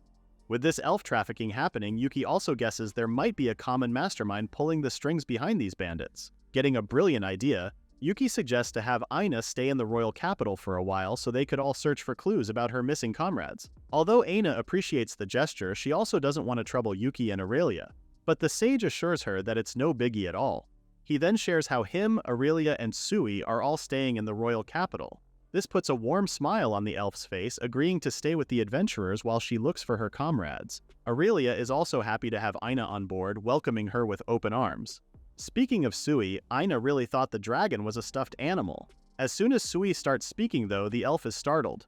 Yuki immediately tells her that Sui is a part of their group and will go into further details while they walk back home. Meanwhile, at the Royal Capital Guild, a bruised and bandages Fabrice approaches the guild's attendant, desperately asking her for details about Matsuyaki Yuki. The attendant quickly apologizes to the so-called hero, telling him the guild can't disclose personal information about other adventurers. Fabrice now starts harassing the attendant, insisting he's the hero, and that King Selber is greatly troubled by this Yuki business as well. The attendant tries to calm Fabrice down while telling him his request is impossible to do. Grabbing the attendant by the collar, Fabrice starts calling her a bastard for keeping such information from him. He even threatens her if she doesn't comply with Fabrice's request. Even when the attendant reminds Fabrice that violence isn't acceptable, the so-called hero is very much desperate for information on Yuki. Luckily, Regulus arrives to stop Fabrice's harassment. Fabrice instantly recognizes Regulus as Yuki's opponent during the practical exam. Regulus also knows Fabrice is the sword hero too. He then judges Fabrice's actions, mocking him for his roughness and crudeness even when he's supposed to be the hero. Getting defensive, Fabrice shoves Regulus away. After all, the so-called hero has His Majesty the King that's also concerned about Yuki's existence. Fabrice is only doing the investigation for the king. Suggesting Regulus team up with him, Fabrice tries manipulating the A-rank adventurer by reminding him of his loss to Yuki in the practical exam. Surely Regulus is also curious of Yuki's background. Without much thought, Regulus bluntly tells the so-called hero doesn't really look or feel like someone who could defeat Yuki. In fact, even if they teamed up together, Regulus still thinks no one could defeat the sage. Fabrice is surprised with the embarrassing words coming out of Regulus's mouth. Regulus tries to explain what he meant. Most people can get a vague sense of a swordsman's character just by watching their swordplay. During the practical exam, Yuki's sword was straight and honest, without a hint of malice. Regulus is a firm believer that the sage is truly a good person and isn't a traitor. That's exactly why Regulus doesn't want to oppose Yuki again. Appalled, Fabrice curses Regulus for siding with Yuki instead of him. The sword hero is really out here, bruised and bandaged, ready to fight Regulus for his disobedience. Regulus, on the other hand, remains calm and collected. He stops Fabrice from further escalating, pointing out the sword hero's current condition. This silences Fabrice. Trying to save face, the sword hero tells Regulus he'll let it slide for now and he'll come back to expose Yuki for what he truly is. After leaving, the attendant thanks Regulus for saving her. Regulus doesn't need her gratitude but wants the attendant to let him know if Fabrice ever bothers the guild again. Now Regulus is curious why these people are snooping around Yuki's affairs, especially the king. Rumors have spread about Yuki being a traitor and that he made people think he was actually a hero. However, Regulus believes there's no need for such titles if they were to face the Demon King, and there should be no reason for Yuki to falsely pretend to be a hero too. Feeling something's off, Regulus goes out to do some research himself. Maybe the A-ranker will finally unravel the truth about what happened to Yuki. The next morning arrives and it's not a good one for Yuki. Well, he was supposed to have a good night's sleep, but it seems that these two girls plus Sui decided to snuggle up to him last night.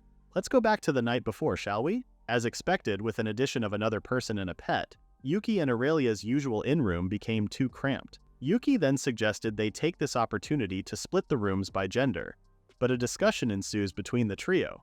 Crossing her arms, Aina questions them why they didn't separate rooms in the first place. Yuki scratches the back of his head while he apologizes, continuing to explain how Aurelia insisted she'll feel safer if Yuki were to stay with her. Aurelia then chimes in, adding how it was more economical for them to rent only one room together instead of two separate ones. She then happily points out how it's much more livelier and fun when they're all together. Yuki hesitantly agrees with her though, making Aina finally approve of staying in one room together. A blushing Aina then tells Yuki not to start anything weird with her. Clueless, Yuki asks what kind of weird she's talking about. Aina didn't expect that from Yuki, making her blush even more as she nervously replies it's embarrassing to say out loud. She also calls Yuki an idiot for asking. After that little banter, Yuki calls it a night. In the middle of the night, Aina wakes up and discovers Aurelia is trying to sneak into Yuki's bed. Caught in the act, Aurelia stands up and tries to make an excuse on how she's just getting some fresh air. Aina doesn't buy her excuse, especially that the window is on the opposite side of their beds. Aurelia still won't budge and asks Aina to just go back to sleep, especially that she's tired. Now the elf's eyebrow is really raised, suspicious of Aurelia's movements. Straightforward, Aina asks what Aurelia's plans were, waking in the middle of the night and crawling towards Yuki. Red as a tomato, Aurelia can't make up an excuse anymore, and finally divulges the truth behind her actions. The princess goes to Yuki's side as she explains how it's very comfortable to sleep in. That's why Aurelia sneaks into his bed while Yuki's asleep. Aurelia's true colors are finally showing. Aina isn't impressed. The elf might be judging the princess right now, but she does position herself on Yuki's other side. Smirking, she tells Aurelia she wants to try out this comforting sleeping position herself. Aurelia is beyond appalled. Anger won't be enough to describe her mood right now. Maybe jealousy? However, Aurelia really can't do anything about it since Aina says she's only copying what the princess is doing. In the heat of their mini-argument, Aurelia then divulges how Yuki likes her better so she has the upper hand. This liking is based on the evidence that Yuki unconsciously touches Aurelia's front melons every night when she snuggles up to him. To the princess, Yuki is a chest expert, so even while asleep he can absolutely, without a doubt, 100% tell whether they feel good or bad. Aurelia then defensively tells Aina how hers will be the ones being touched tonight and not Aina's. Taken aback, Aina doesn't really understand what Aurelia means, but the confidence is a bit too much. This ignites the fire inside of Aina, telling the princess how she hates losing when it comes to competition. With this, Aina proposes they test which chest Yuki will choose, and there shouldn't be any hard feeling even if either one of them loses. And thus, the awkward moment of Yuki waking up to such sleeping arrangement. He had no idea, of course. In the end, Sui joined in and slept on Yuki's chest as well. Yuki's dilemma doesn't stop there. He now realizes his hands are feeling up something soft and plump. Looking to his right, he already expected it to be Aurelia, as this is not the first time the princess has done such a naughty thing. So the sage thinks of using his left hand to move around. But how can he do so when he discovers Aina has crawled and snuggled to him as well? Then there's Sui. Yuki already felt something heavy lying on his stomach but never expected it to be Sui, who was supposed to be sleeping by the window. At this rate, if Yuki moves even the slightest bit, everyone's going to wake up startled. Feeling hopeless, Yuki just lies there as he thinks about the ultimate power he's obtained, not as sage or anything else. Just an ordinary man trapped between two chests in bed, unable to move, and even if he wanted to get up, he can't. So Yuki decided to give up overthinking things and try sleeping again. Sigh. The problems our MC has is every other boy's dream. The next morning, the sunshine from outside wakes Yuki up from his slumber. He is instantly bombarded by the two girls greeting him good morning. They really are in on this competition, immediately asking if the sage slept well. The girls also noticed Yuki was just pretending not to notice them. So of course, that meant he slept well, right? Yuki tries to thwart their accusations, but the girls aren't having it at all. They tell him there's no use pretending and to just admit remembering and feeling both Aurelia and Aina sleeping next to him. And with this came the ultimate question of which one felt better. Scratching the back of his head, Yuki blushingly tells them how he can't choose between both. He honestly thinks both the girls felt like the best in different ways. This answer isn't enough for Aurelia and Aina, who both press him to answer their question differently. Pressuring the sage even more, Aina desperately tells Yuki she doesn't want to lose to Aurelia. The princess herself also wants Yuki to choose her. It's beginning to look like a pick-me-choose-me battle. Having enough of this commotion, especially this early in the morning, Yuki tells them to stop dragging him in this competition of theirs. He then suggests they go eat and accept a guild request. Meanwhile, Sui is still fast asleep. Even when she's been thrown to the floor, the dragon is still happily snoring. After Aina completed her guild adventurer registration, the trio now accepted a request to hunt monsters to test Aina's abilities. Back in Yuki's world, he's already heard of elves in the gaming world being good at handling bows. Yuki will now know if it's really true in this world. Aurelia has also heard of elves being skilled at hunting using bows too. Since they're people of the forest, such skill is innate in them. Calm and collected, Aina holds her bow and arrow at her target. Soon enough, she unleashes her shot like it's from the hells of the earth. Quickly impressed, Yuki has no doubts the elf will be able to pass the guild's practical exam right away. Aina then shares how elves in their village really do training since childhood. That's why she's truly skilled with her bow and arrow. But Yuki already feels unsatisfied with the low-leveled monsters lurking in the area. It would be great if they could hunt a lot of monsters more efficiently. This gets the sage the brilliant idea of Sui gathering monsters for them. With Sui's superpowers, she'll be able to resonate with the monster's magic power and make them think she's one of them. This way, those monsters will gather around Yuki's area for hunting. Clasping her hands, Sui manifests her powers to start gathering the monsters. Not long, a lot of monsters have gathered in the area. Wisps that are level 5 monsters and salamanders that are level 6 monsters are now reading for reaping. A determined smile splays on Yuki's face as he tells everyone to give it their best and put their skills to the test. Sword in hand, Yuki slashes and slices through the wisp's skull-like body. He then realizes there's a different feeling when he cuts through them. Approaching Yuki, Sui shares how it's an attribute attack. Since Sui has become his subordinate, Yuki can now use water attribute attacks. Water attribute attacks deal double damage against fire attribute monsters. Having Sui on their side sure is a major advantage. With this new skill, Yuki plans on targeting the fire attribute monsters first so they can get rid of them more quickly. He slashes his sword at a fire salamander, which is instantly killed with the water splice. Even without the sword touching the monsters, the impact alone can defeat them. Aina also makes use of her bow and arrow, targeting the wisps magnificently. While Aina and Yuki both have their hands full, Aurelia is fully determined to do her best as well. She doesn't want to get herself behind her two amazing comrades. Suddenly, salamanders crawl towards the princess. And like her previous battle, instead of making a bloody mess of these monsters, Aurelia knocks them out with her sword instead. Aurelia manages to knock one out, but her problems are far from over. She's now surrounded with even more salamanders. Refusing to give up, Aurelia lifts up her sword.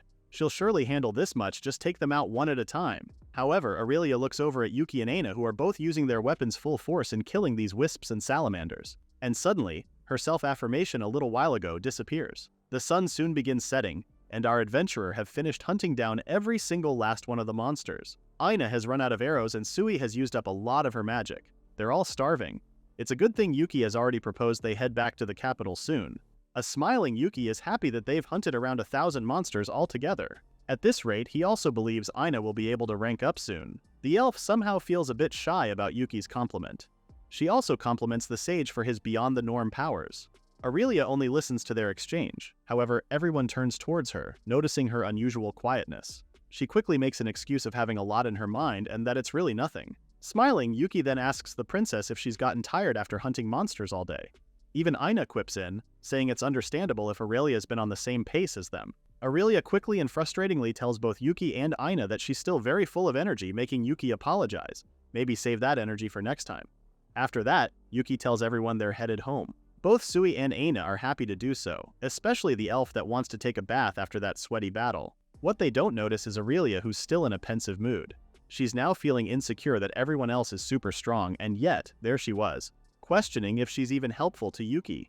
Everyone arrives at Oswald Royal Capital ready to eat and relax after such a productive day. However, they're stopped on their tracks when Sherry has been waiting for Yuki all this time. Gone is the girl who almost spat at Yuki for being a fake hero. Now Sherry acts all demure as she reminds Yuki they've met once in the castle and in the forest. Aurelia also remembers Sherry because of the incident in the forest. Yuki doesn't really know much of Sherry, who only giggles as she apologizes. Sherry introduces herself once more. She's here because her reputation has gone down the drain along with Fabrice's. Unfortunately for her, what they did is still fresh in Yuki's mind. Yuki nonchalantly informs her he's the healing hero and this is all a strange coincidence. Desperate, Sherry grabs Yuki's arm and draws herself closer. She then confesses her love for the sage. Apparently, Sherry has fallen in love with Yuki at first sight. Her reason? Sherry was captivated with the power Yuki used to subdue the water-eyed dragon in a single strike. And of course, Yuki's gallant figure. Because of this, Sherry's heart has been utterly stolen away by Yuki. Now she wants to stay by Yuki's side. Both Aurelia and Aina watch this little scene in quay horror. Before anything else, Yuki stops Sherry to explain that he fully understands her said feelings for him, but unfortunately, he can't reciprocate them. Even though Sherry just poured her passionate emotions towards Yuki, The sage still can't return them. Being told something like that out of the blue by a stranger is really awkward too. Shiri's true colors begin to show as she angrily confronts Yuki for having the audacity turning down her confession of love. Her, as in the world's greatest beauty and ranking number 2 in the hero party. Mouths just drop to the floor. The trio are beyond appalled by the sudden change of moods.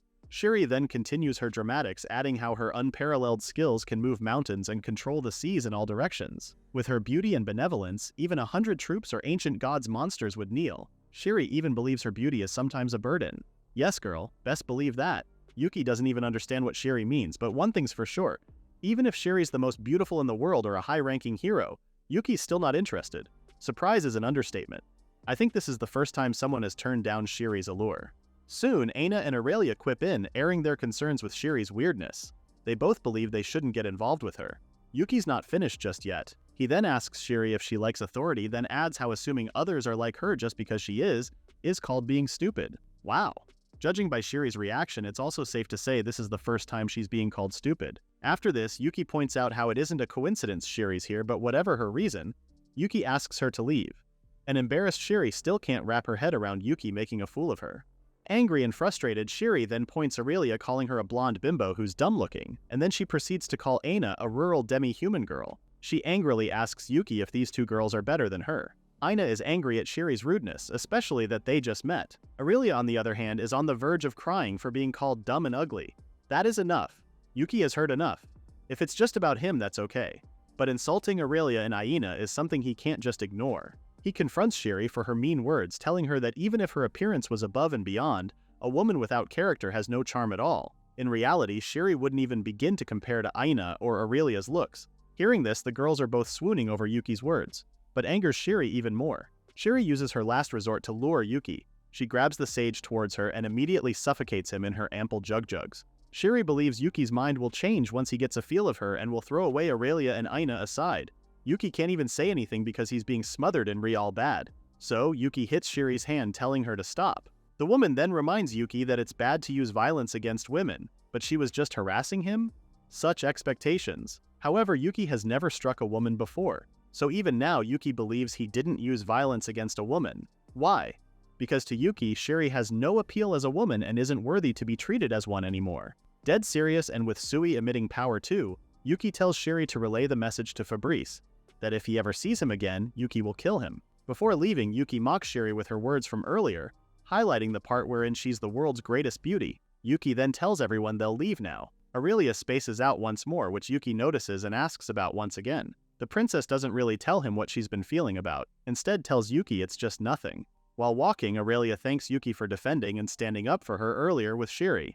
Yuki assures her no to worry about it because he was just telling Shiri the truth. The princess is glad to hear Yuki's response. With crossed arms, Yuki recalls Shiri's words from earlier. The woman still called Fabrice a hero after everything. Aina then tells him not to take Shiri's words seriously. Again, Aurelia is just listening in on their conversation. Her unusual quietness has been worrying Yuki, who has noticed Aurelia's indifference. Normally, the princess would smile and not let things get to her. Could Aurelia be that affected by Shiri's words? The trio then arrive at the guild where they report on the monster-slaying request they took earlier. The attendant then asks Yuki to show the back of his guild card. Apparently, the number of monsters Yuki's defeated for requests is automatically recorded on the back of his guild card. Handing his card over, Yuki never really thought there was such a function of his ID card. It's the latest magical technology in this world. As soon as the attendant lays her eyes on the card, she had to adjust her glasses, as if to make sure she's reading the numbers right. Yuki has slayed 1,000 monsters. A nonchalant Yuki casually tells the attendant that it's really easy to reach such feat if one just defeats monsters more efficiently. But the attendant still finds it abnormal to slay that many in just one day, probably setting a new record too. Yuki then asks if this meant he'll rank up again because this was the sole purpose of accepting the guild request in the first place. The attendant then informs Yuki that she'll prepare the new guild card, so for now, she needs the old ones back. Quickly turning to Aurelia, Yuki asks for her guild card. However, the princess gives out a firm no, and explains to them that she's fine keeping her current rank as she didn't defeat the same number of monsters Yuki and Aina did. Aurelia feels like she shouldn't be ranking up with them since she barely defeated any monsters herself. So what's the point? Might as well stay at D rank. Yuki then asks the attendant what happens in cases like these, to which Sei had to think about first, as this is the first time she's heard or handled such. As a rule, if you decline promotion, you'll keep your current rank. However, even if one gets promoted, one can still accept lower rank requests, so there's almost no reason to decline promotion. With this in mind, Yuki asks if he can have some time to think about it first. The attendant does tell him he can make the decision later, but he'll only have 3 days to comply or else his right to the rank up is forfeited. Yuki then agrees with the 3-day deadline and asks the attendant to have his rank up on hold for now. Leaving the guild, Yuki approaches Aurelia to ask about the sudden refusal of the rank up. The princess apologizes and sincerely conveys how she doesn't want to burden Yuki. The sage gently tells her there's no need for apologies as he's not blaming her or anything. What Yuki just wants is to hear Aurelia's reason. Today's monster hunt, compared to Yuki and Aina's battles, Aurelia felt like she can't keep up. Earlier, Shiri even harshly called the princess a lot of names. Yuki was quick enough to defend Aurelia. Still, the princess couldn't utter a single word. Aurelia doesn't mean she wants to defeat Yuki or Aina, but she just feels like she doesn't deserve to receive the same results or prize as them right now. Both Yuki and Aina give her an encouraging smile. Yuki then apologizes for overstepping and thinking he was doing the right thing for the princess. Yuki understands it's not easy not to feel intimidated when looking at them. However, no matter the reason, losing confidence more than necessary isn't good as well. The princess apologizes once more, saying she should have known better herself. Aina then gets a sudden idea to boost Aurelia's morale. The princess thinks she doesn't have the strength to rank up to a C adventurer. If she can handle C rank requests easily, then there shouldn't be a problem with her rank going up, right? Yuki also thinks this is a good plan and suggests Aurelia give it a try. If Aurelia can handle it on her own, then there shouldn't be a problem with her rank going up with them. Just be safe, Yuki will still accompany the princess, but she'll be the one to challenge a C rank request on her own. Even if it's not a request, Aurelia is still free to go outside and defeat monsters on her own, testing her strength without hesitation. Yuki's words touch Aurelia's heart, and suddenly she has the courage to do this. Yuki also calls this the perfect time to do so, since Aina will be taking the guild's practical exam, so she'll be doing that while they'll go on a C rank adventure. Aina then gives Aurelia another bout of encouragement by highlighting how it's just a matter of time before both her and Yuki might outrank the princess. When that happens, will the princess honestly admit defeat? The princess doesn't want that. Now she's fully determined to prove she's capable. Not to Yuki or Aina, but to herself. If Aurelia really does want to compete with Aina like the night before, the princess must show pride and determination. Aurelia will definitely make it happen. Yuki then calls it a day. Today they rest to prepare for tomorrow's events. He's really tired from having to deal with Shiri earlier. Good luck, Aurelia. Trembling legs, shaky hands, and a heart full of doubt. This is Aurelia's current state right now, as she takes in the sight before her. Gripping her sword tightly, the princess faces the sinister monsters that lure the goblin's nest. One goblin attacks her so suddenly that brings Aurelia's mind back to reality. If it weren't for Yuki's fast reflexes, the princess would have been seriously hurt right now.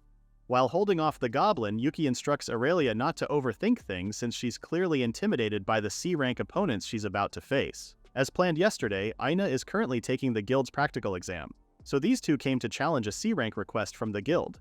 It's not really an official request, but Yuki thought this would be the best way to test Aurelia's strength. Both Yuki and Aurelia have their swords up. Their guards are clearly up as these goblins begin to surround the duo. One goblin attacks Aurelia from behind, but with Yuki's warning, the princess manages to dodge the monster's attack. Aurelia is not in the clear just yet. The goblin lunges at her again, and while the princess dodges it yet again, she's now fearing the attacks are too fast for her to catch up.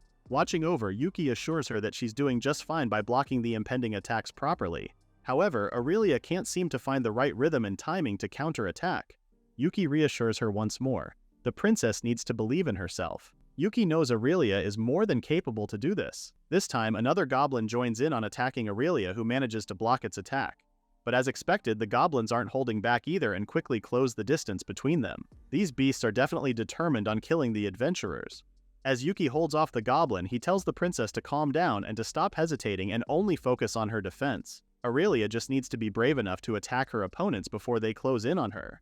Giving it her best to try and execute Yuki's instructions, Aurelia waits for the goblins to draw near enough, and when they do, she swings her sword at them, slicing their bodies in half.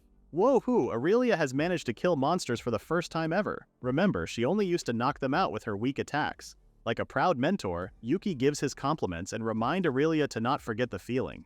You know, that adrenaline rush you get when facing enemies. Watching the princess, Yuki isn't shocked to see the princess shine in the battlefield. He already knows Aurelia isn't weak at all. Despite her royal bloodline, Aurelia did manage to travel alone to the royal capital before meeting Yuki. At the very least, Yuki knows the princess has the abilities of a typical adventurer. Right now, Aurelia's real enemy isn't the goblins in front of her. but Aurelia herself. She has lost herself because of all the fear and doubt that's clouding her heart and mind. That's why Yuki believes in her even more.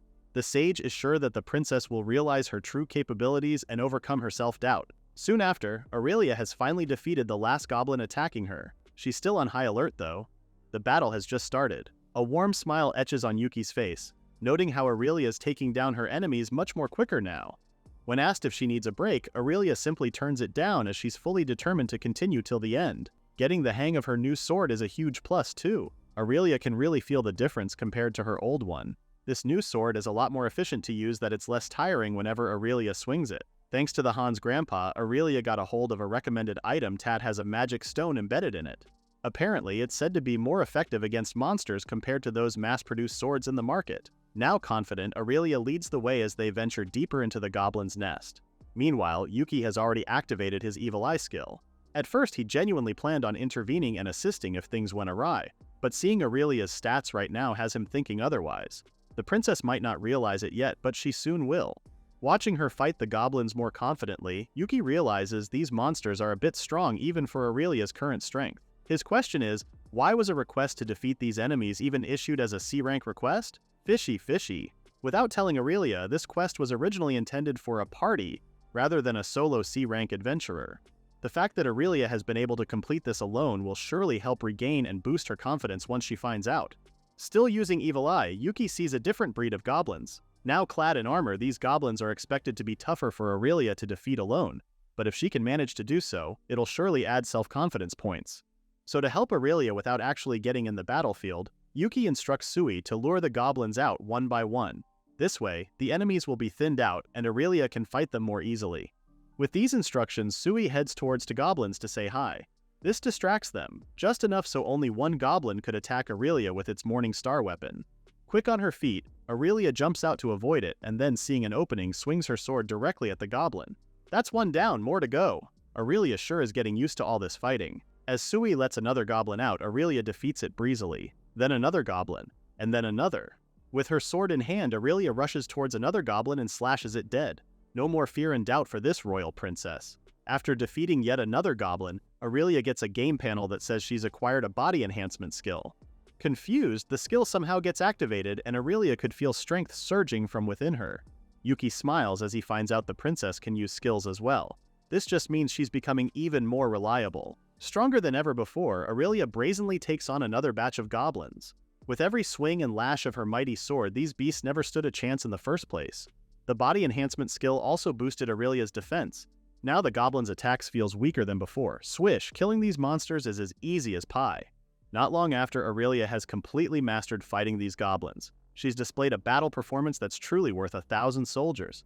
Look at this princess. She's even graceful even in the battlefield. Finally, Aurelia succeeded in wiping out all the goblins in the nest herself.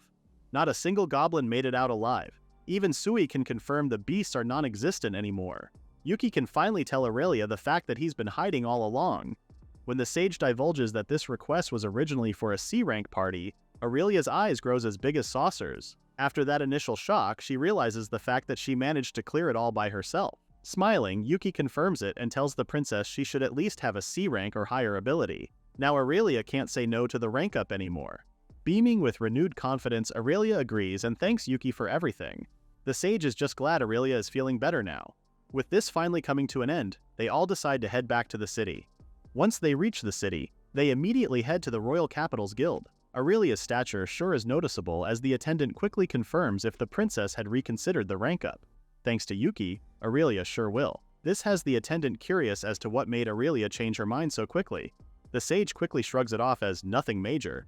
Oh, he just made Aurelia clear out a goblin nest herself, nothing biggie. As if wanting clarification, the attendant asks for Yuki to repeat what he had just said. So this time, Yuki goes into detail. He shares how it was a goblin extermination request for C-rank adventurers. Even if Aurelia didn't officially accept the request, there shouldn't be a problem if she went and cleared it all by herself. The attendant seems to be confused about this goblin extermination request for C-rankers. Yuki then tells the attendant that the request should have been posted on the bulletin board at the corner. Sure of it, the attendant tells Yuki there's just no way there's a request like that for C-rankers. She gets the posted request, and upon looking at it, it's really a goblin extermination request. However, upon further inspection, the attendant says this was the staff's mistake. She then pieces the puzzle together and realizes this must be the reason why it's been up on the bulletin board for so long. The attendant will make sure to talk to the staff in charge, but for now, there's an even more surprising twist to this controversial request. The attendant reads on the request further, and soon finds out it's actually meant to be a B-rank request for a party. Both Yuki and Aurelia are shocked. It wasn't for C ranks, but for B rankers. And for a party, too. The attendant rushes towards Aurelia, who's still shocked from the information she just learned. She puts her hands on the princess's shoulder and tells her it might have been Yuki's fault for misunderstanding the request. But the fact that Aurelia handled a B-rank party request all by herself is pretty abnormal, too. After a while, Aurelia snaps out from the shock and asks Yuki if she just did something amazing. Amazing! You did something out of this world, princess. And it seems the news hasn't sank in yet. After being busy hustling and bustling outdoors today, the gang decides to stay in their inn-room. Not for leisure or anything, though. Yuki is brewing something new. Both Aurelia and Aina watch as the sage begin brewing some potions. In this world, it's called alchemy. It's a skill Yuki learned some time ago, but because of his buy schedule, never really had the time to try it out. So today is that day. Yuki's thinking of maybe making something with the materials they got from the previous quests they went onto. Experimenting with the concoctions in his hands, Yuki activates his alchemy skill as he mixes it all together. The potion synthesis is successful. Seeing the freshly brewed potion has both Yuki and Aurelia amazed. Aurelia's right too. It's amazing to be able to make potions that are usually sold in stores. I bet they don't come cheap as well. While Yuki grabs another set of plants, Aina asks him if he's not going to use holy water. Apparently in the elf village, they also make elixirs, and holy water is essential for that. It's a rare material that's also super hard to get your hands on because it's located at the peak of the steepest mountains. But today must be their lucky day. Sui raises her cute little dragon hand to say that she has some. After all, she is a water dragon. It's not a big of a deal since she can make it right at this moment. Sui then finds an empty container and asks Yuki if it's okay to store it there. After confirmation, Sui begins to vomit crystal clear water. She easily fills up the jar, leaving Aina dumbstruck as it's a lot of precious holy water. At the rate Sui's going at it, it's just like normal water now. Yuki begins mixing the materials once more, this time using the holy water. After the skill activates and the potion is successfully synthesized, Yuki now has an elixir that looks like it's a bit glowing. Sui then shares how alchemists back in his time made even more amazing stuff. This dragon knows Yuki will be able to do that too, just needs to keep trying a few more times. You know what they say? Practice makes perfect. Yuki heeds Sui's advice and tries again. If he experiments more, who knows what new recipes he could make and discover. The sage whips up and plays around with the materials, and alas, his efforts bear fruition as the final product is beaming. Before, it might have been just a bit glowing.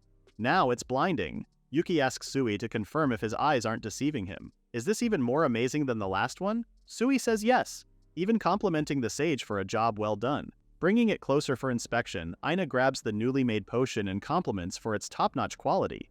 To think Yuki can make this so easily too. On top of that, Yuki doesn't even need any special equipment and can even gather all the necessary materials himself. An idea clicks in Aurelia's mind, suggesting Yuki become a potion merchant so he could make a ton of money. Although Yuki agrees, he thinks selling these himself would be too much of a hassle. So instead of that, he plans on supplying the potions to the merchants. That way, Yuki could focus on gathering materials and synthesizing potions, leaving the selling part to the merchants. If he can successfully pitch this idea to the merchant guild, they'll make a huge profit. Yuki will sit on his pots and pots of gold in no time. Speaking of merchants, Aina shares how medicines from her village are actually sold in different towns by a traveling elf. Elf medicines are famous for curing all kinds of illnesses. With this said, Aurelia recalls a rumor she's heard about the elixir of immortality. Cue and suspense music. I'm joking. Yuki is surprised to hear that such thing really exists.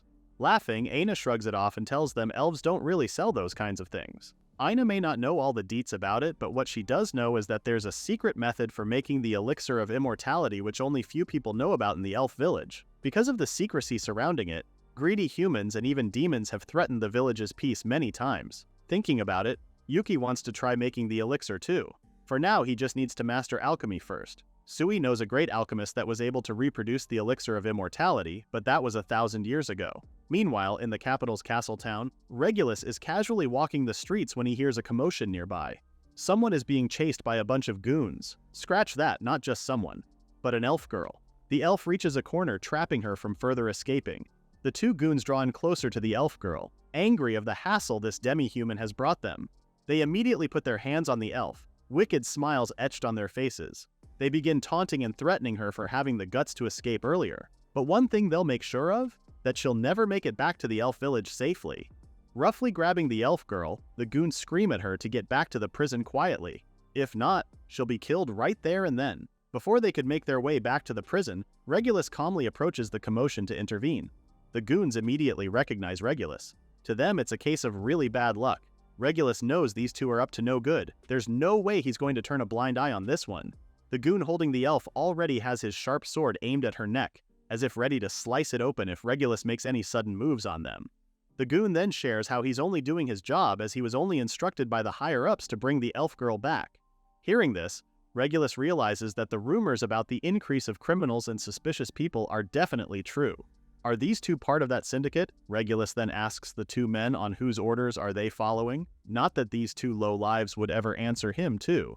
Instead, they smugly ask Regulus to ask them with his sword. The A-ranker would never back down from an invitation like this one. He draws out his sword, ready to face these two wretched fools who are confident on bringing Regulus down. The goon with the spiky hair attacks first, and he moves quick too.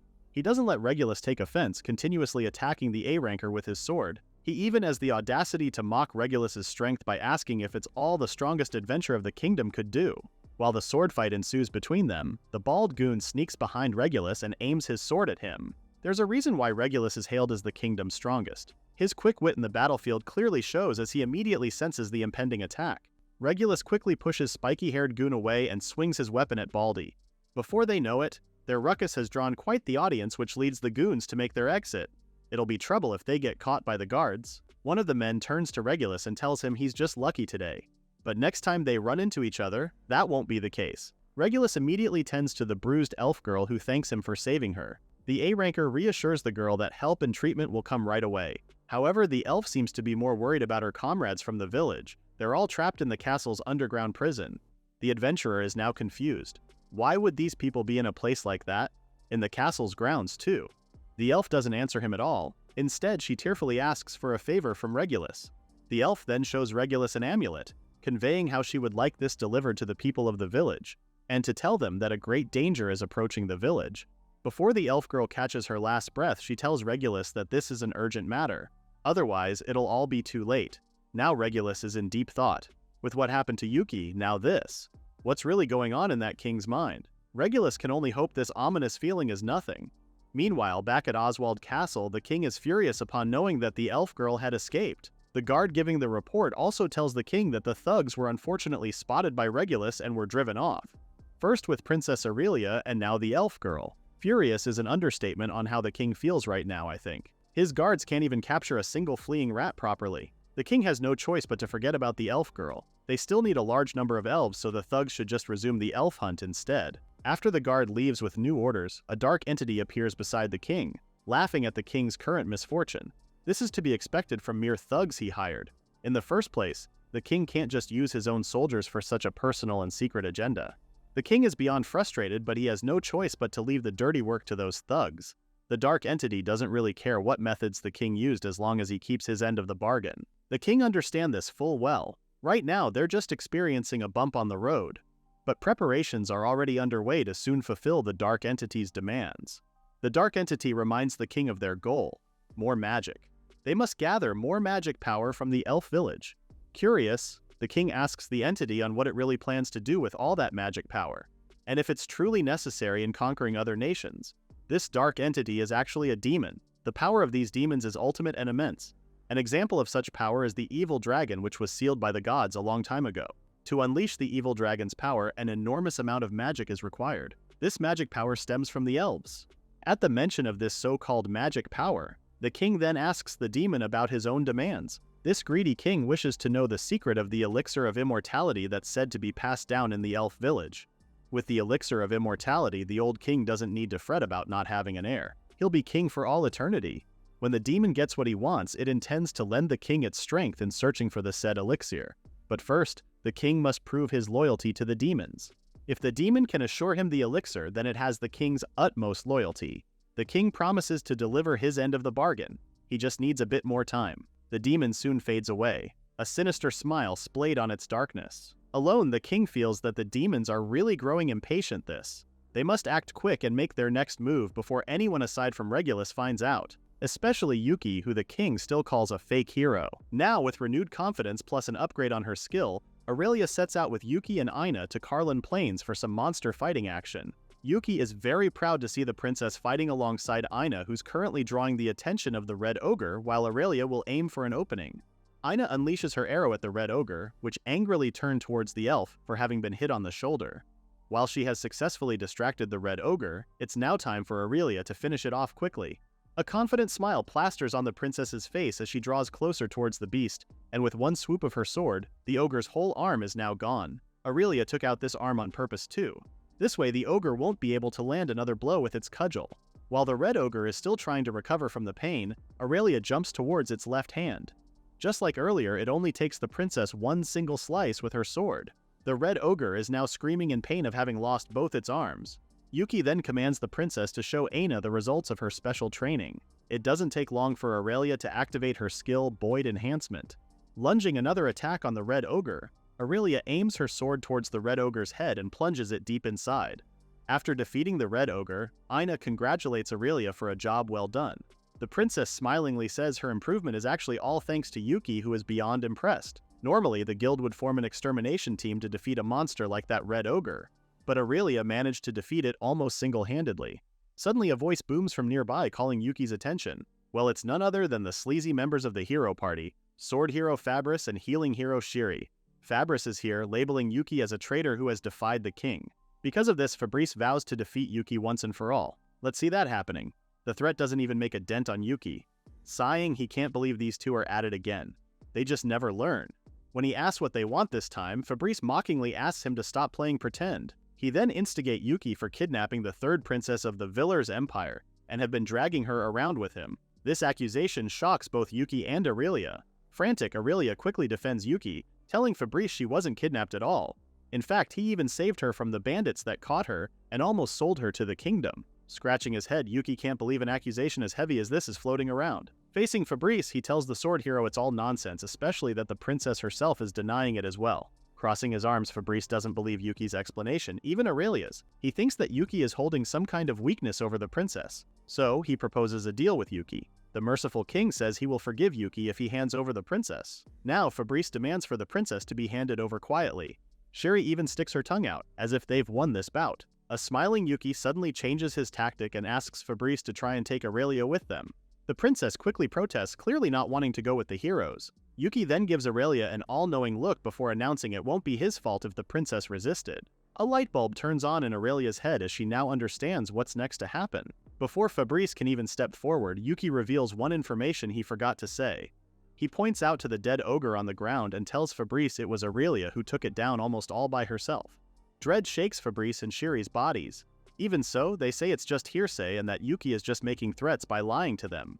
Shiri even says it's impossible for Aurelia to defeat that ogre when her darling Fabrice had a hard time fighting one before. So it can't be helped then. Since they're clearly looking down on our trio, Aurelia pulls out her sword, ready to fight Fabrice. Shiri, on the other hand, insists that Fabrice go on and take down the princess right away. Left with no other choice, Fabrice unsheathes his flashy sword, determined to see how skilled the princess really is. He doesn't waste a single second and quickly lunges an attack on Aurelia, who manages to dodge it instantly. Fabrice is a bit sloppy on his feet as Aurelia quickly turns to land a hit on the hero. Even though Fabrice managed to block her attack, he's getting scared now that he realizes how powerful of a foe Aurelia is. He even tries to gaslight himself by saying he's just imagining things. With menacing eyes, Fabrice launches another attack on the princess, which she instantly deflects once more. Watching, Aina is proud to see Aurelia's improvements. The princess is managing both offense and defense against the so-called sword hero. Meanwhile, Shiri isn't impressed with her darling and screams at him to finish the girl once and for all. Gripping his sword tighter, Fabrice vows to finish Aurelia with this last strike. He's a hero after all. Defeat is not an option. Raising his sword, Fabrice jumps out towards Aurelia, ready to annihilate the princess. However, Aurelia uses her skill body enhancement and swings her sword at Fabrice while he's mid-air. The sword hero loses balance and falls to the ground, his sword deflected. Pointing her sword at Fabrice, the princess claims victory. The poor Fabrice quickly raises both his hands as a sign of surrender. Now that that's settled, Yuki walks towards the two heroes to ask an update with their deal on clearing his name. But Fabrice is acting like he doesn't know what Yuki's talking about. The sword hero isn't afraid at all. He believes Yuki's threats are all useless. If Yuki kills him, the sage will be labeled as a heinous criminal guilty of slaying a hero and obviously sentenced to death. This means Yuki can't lay a finger on Fabrice. He then lets out a laugh. Fabrice may have lost the fight, but another victory still stands waiting for him. Hearing this, Shiri gives the sword hero a loving hug. These two, a match made in hell. Yuki must feel the same ick as he scratches his head, not knowing who gave Fabrice that awful script, but at least he now knows what this is all about. With a serious face, Yuki tells Fabrice how gravely mistaken he is. The sage then crouches down to tell Fabrice he's not afraid. Yuki could just threaten the king and have all his crimes wiped clean. And when that happens, who's gonna stop Yuki from actually killing Fabrice? Fabrice realizes Yuki's words ring true and bows down in defeat. He then promises to abide by their deal this time around. However, Yuki has had enough of trusting Fabrice's words. Empty promises per usual. How would Yuki believe Fabrice's promises this time when he just tried to pin the crime of kidnapping Aurelia on the sage? Fabrice then defends himself, revealing that he was just following the king's orders. Hearing this, Yuki then demands the sword hero to expose this truth in front of the townspeople. After all, he is a hero and has every power to do that. But Fabrice is having second thoughts. If he did exactly what Yuki wants, the king will lose his authority and the heroes will lose the people's trust. Yuki doesn't care though, it's not his problem anymore. He then tells Fabrice that he's got two options right now, die literally or die socially. As Yuki waits for Fabrice's decision, Aurelia is already looking at the sky. There's been red smoke over the royal capital. It doesn't seem to be fireworks too. Shiri then holds her darling closer, knowing what the red smoke is. It's an emergency flare according to Fabrice, and since it's red, it could only mean one thing. Fabrice chuckles sadistically. Things have gotten interesting now. That flare is used to signal an emergency, yes, but the red color signifies the arrival of the demon. They're a type of monster, but are far superior than the regular ones roaming around outside the capital.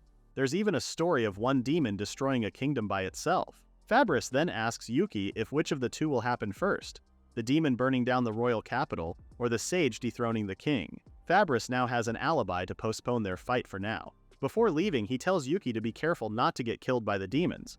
Now that it's just the trio and Sui, Aina then asks what their plan is. Aurelia is worried if what Fabrice had said is true. If it is, then the town will be in serious trouble. Yuki's problem with the king and heroes are one thing, but the town is a whole other issue. Yuki wants to protect the innocent people of the town, especially those he has gotten close with. Yuki knows they can't just leave the royal capital in this dangerous situation, so he turns to the girls and tells them they need to hurry to the royal capital. Meanwhile, at the royal capital, the townspeople are running away from the winged monsters attacking the capital. No one is safe. One man even tried running away, but a monster got to him, plunging a sharp spear in his chest. Another monster with a sword goes after an old man. Luckily, Regulus is around and is able to slice the monster in half. The old man then runs away to safety while Regulus stays to fend of the monsters that are now surrounding him. However, before the monsters could take a swipe at Regulus, they're immediately swooshed away. Help has arrived in the form of Yuki, Aina, and Aurelia plus Sui, of course. Regulus is overjoyed to see Yuki, thanking the sage for the help they're extending. Quickly getting to work, Yuki slashes his sword at the monster. Aurelia and Aina are also making themselves busy with killing their own set of monsters. Regulus then commands the other adventurers who are free to help the townspeople evacuate. When Yuki asks about the current sitch, Regulus tells them the demons had led the monsters here and invaded from the sky. No matter how many monsters they've defeated, their numbers haven't decreased at all. Apparently, they're calling reinforcements. This has Yuki realizing that they won't really get anywhere unless they defeat the demon. While Regulus agrees to this, it seems an impossible task because the demon has fled off toward the royal castle. Yuki now believes the king might be its target. Right now, they need to head to the royal castle to save him. Hearing this, Regulus can't actually believe the sage seriously planning to face the demon alone, but Yuki isn't thinking about that. If the demon's goal isn't just the king but this land itself, then the people will die, and Yuki doesn't want that happening. A moment of silence passes before Regulus looks at Yuki to apologize. Apparently, the adventurer misunderstood Yuki's true nature before. Regulus had realized this back when he lost the battle to Yuki. There was no malice in Yuki's straightforward sword like the king had claimed. Then Regulus found out that even the other heroes were snooping around for information about Yuki. This is when Regulus decided to do some investigating on his own, but he never thought he'd find out more about the truth of their empire. Unjust tax collection, oppressive laws against citizens.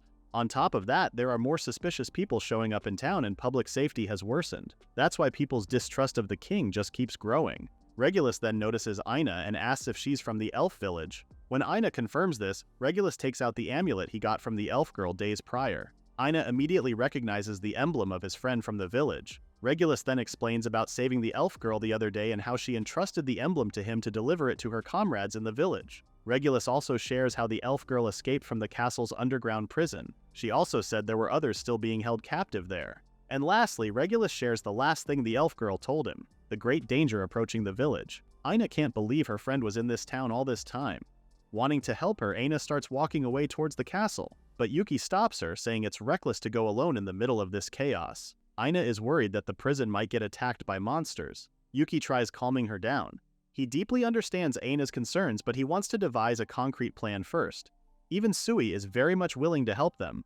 Yuki realizes there's one thing they can do: to split into two teams. He then instructs Aina to go to the underground prison with Aurelia, while Sui and him will go directly to the king and the demon. This plan surprises both the girls. Aurelia thinks it would be better if the three of them went to defeat the demon together.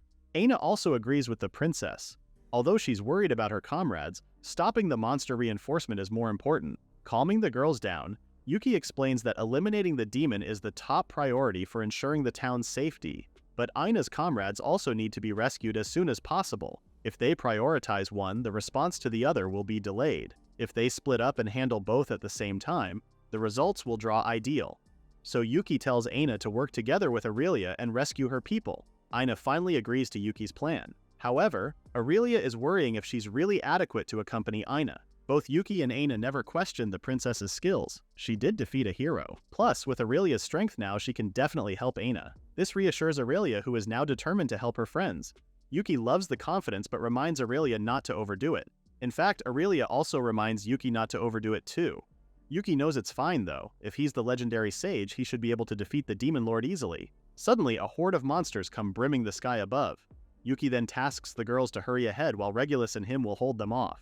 As soon as the girls rush to their mission, Yuki and Regulus hold their swords, ready to face their impending foes. Regulus draws first blood, slaying the demons with a slash with his sword.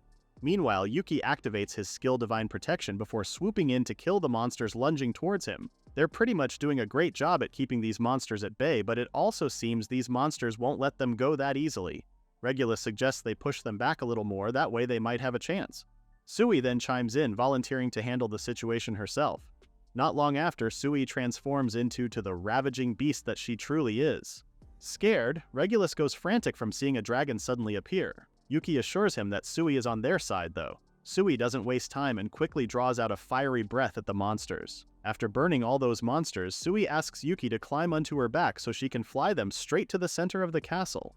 It should be easier and faster if they travel by air too. Yuki then seats himself onto Sui's back. He also leaves the townspeople to Regulus. If monsters were to attack again, Yuki leaves it to the adventurer until he's able to defeat the demon. After Yuki flies off with Sui, Regulus looks up to them, praying the sage will defeat the demon raging these attacks. Once they're near the castle, Sui asks her master if it's okay to charge straight into the premises with her current form. It does look like a pretty sturdy castle, and Sui is confident with her hard head. Sui then knocks her head on the concrete wall, cracking it open to reveal the demon with his sharp weapon on the king's throat.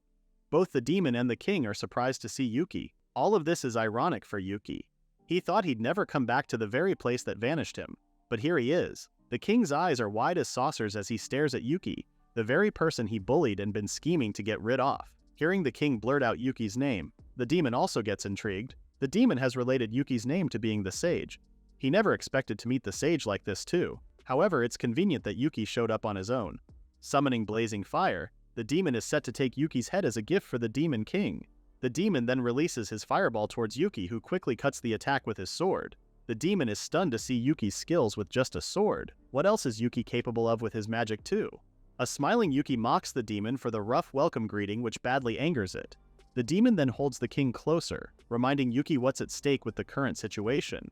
However, Yuki isn't fazed with the hostage the demon has. It doesn't affect him the slightest bit.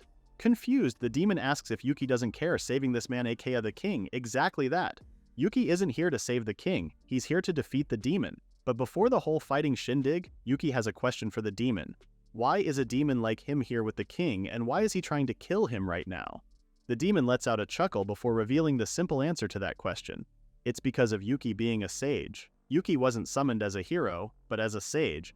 That's when everything went haywire for the demon clan. According to the demon, the king foolishly summoned a sage who is an accursed existence to the demon kin. Killing the king is the ideal punishment for such ridicule. Heroes poses little to no threat to the demon clan. They're humans who can't even move a single mountain, even if they all band together in the east. However, a sage is another story to tell. It's said that a legendary sage appears only once every few hundred or few thousand years. Hearing all this, the king expresses his cluelessness on the matter. He only meant to summon a hero to strengthen the kingdom's military.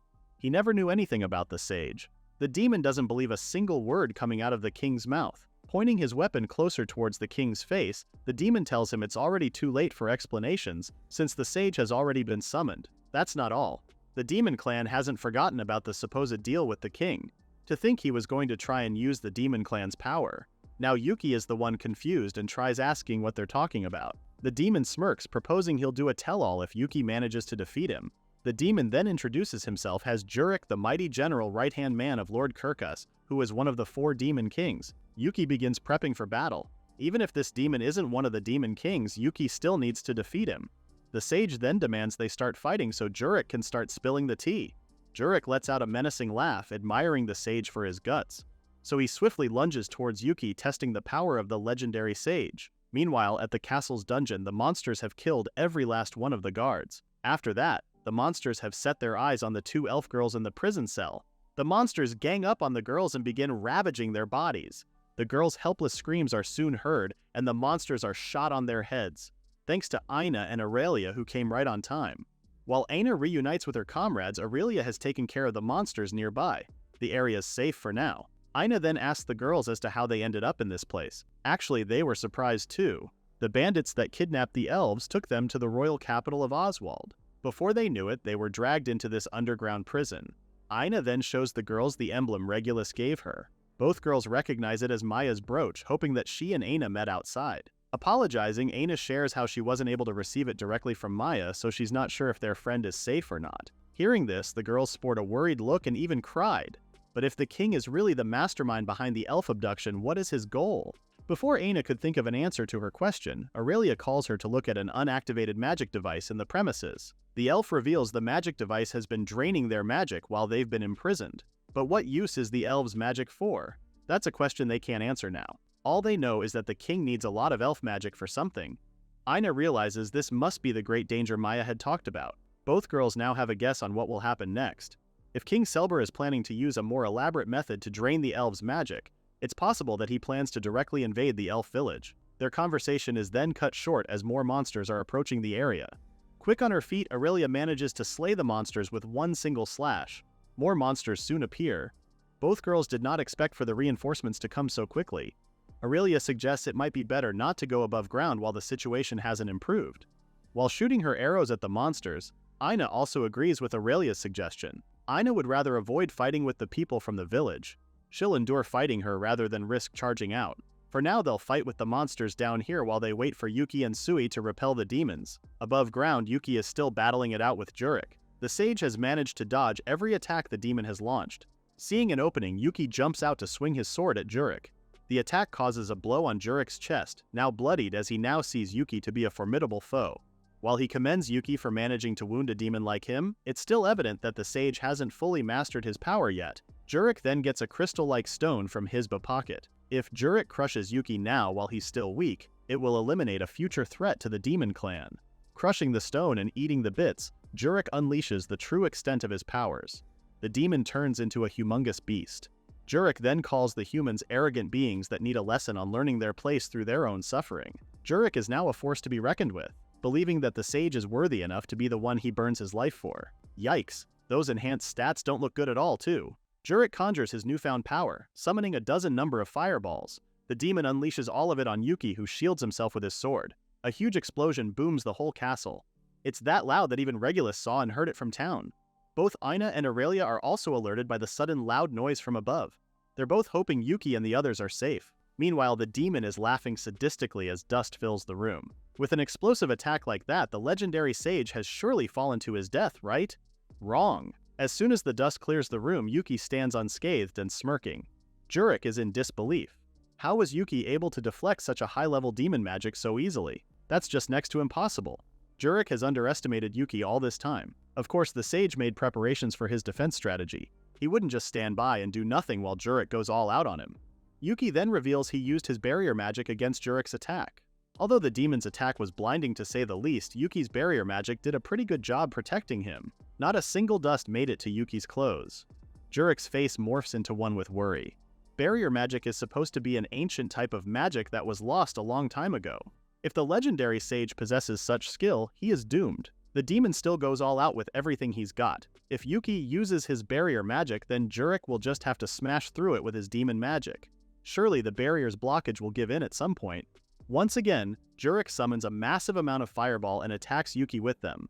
Still, the sage remains unbothered and unscathed, which frustrates the life out of Jurek. Even the barrier doesn't seem to have a single scratch on it too. Now it's Yuki's turn to attack. He quickly fires up his sword with electric shock and lunges at Jurek with it. The demon blocks Yuki's attack with his arm and swiftly deflects him, causing the sage to lose balance and fall. With Yuki's current swordsmanship skills, he can't even leave a scratch on Jurek's enhanced body. This doesn't faze Yuki at all. He's already expected this to happen after witnessing Jurek transform into his enhanced form. This time around, Sui calls Yuki's attention to extend her help. Inhaling a large amount of air, Sui flies near Jurek and blows all of it out in water form. This is no ordinary attack since Sui's water attribute is doing a great job weakening Jurek. Witnessing this has Yuki realizing something. Since Jurek is a fire attribute, his weakness should be water. Turning to Sui, Yuki asks if the dragon can use her power to further enhance Yuki's elemental attack. After Sui agrees, the dragon gets working and uses her magic on Yuki's sword. Because of Sui's magic, the sword is now granted the blessing of the water dragon. Seeing his new sword, Yuki believes he'll be able to pull off his plan now. Jurek, on the other hand, is already ready with his next attack. But before he could spring it towards Yuki, the sage draws the first move and attacks the demon with his new sword. Yuki's attack may have sliced Jurek's chest, but the demon isn't done yet. Yuki's level of attack won't bring him down so easily.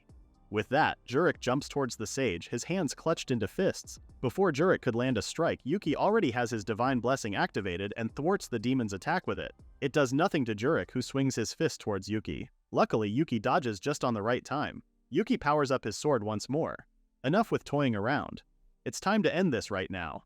After all, there are plenty of people waiting for me. Jurek isn't holding back either. He powers up both his arms with fire and launches at Yuki, who also swings his water sword at the demon. Yuki has proven to be stronger as Jurek's body is marred with a massive wound. As he coughs up blood, Jurek expresses how much he underestimated the sage's power. On bended knees, Jurek begins to smoke. Now Yuki demands answers to his questions. Why did the king need the power of the demons? Carrying out his promise, Jurek tells the sage about the king lamenting on his old age and the lack of an heir. This made King Selber seek immortality and set out to obtain the elf's elixir. The king used bandits to search for clues. He was already at the brink of desperation. That's when the demons saw the window of opportunity and approached King Selber with a deal. The demon clan offered King Selber the power to rule the world and immortality. In exchange for aiding his search for the secret of the elixir, the demons demanded that the king gather the elf's magic power and hand it over to them. After all, a mere human gaining immortality poses little threat to the demons. And besides, by using the king's ambition, the demons could incite conflict among the continent's human rulers. It's like hitting two birds with one stone. After that, King Selber agreed to ally with the demons without hesitation, completely unaware of the true and terrifying reason why the demons sought to gather the elf's magic power. That last part also has Yuki's ears peaking with interest. However, Jurek is already done sharing and just laughs, telling Yuki he'll understand everything in due time.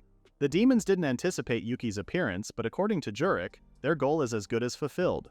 The fate of humanity now lies in the hands of the demon clan. Jurek then feels his life coming to an end and leaves Yuki a dooming farewell message. This is nothing more than the beginning of the end, says the demon. As he dissipates into the air, Jurek hails all the glory for the demon king. As soon as Jurek is gone, King Selber then thanks Yuki for saving his life. Whatever the case, the king owes Yuki a lot for his life. Yuki then turns to the king and points his sharp sword at him. Yuki reminds the king not to get the wrong idea. As Yuki said earlier, he didn't come here to save the king. Frantic, the king reasons out that he just made a mistake.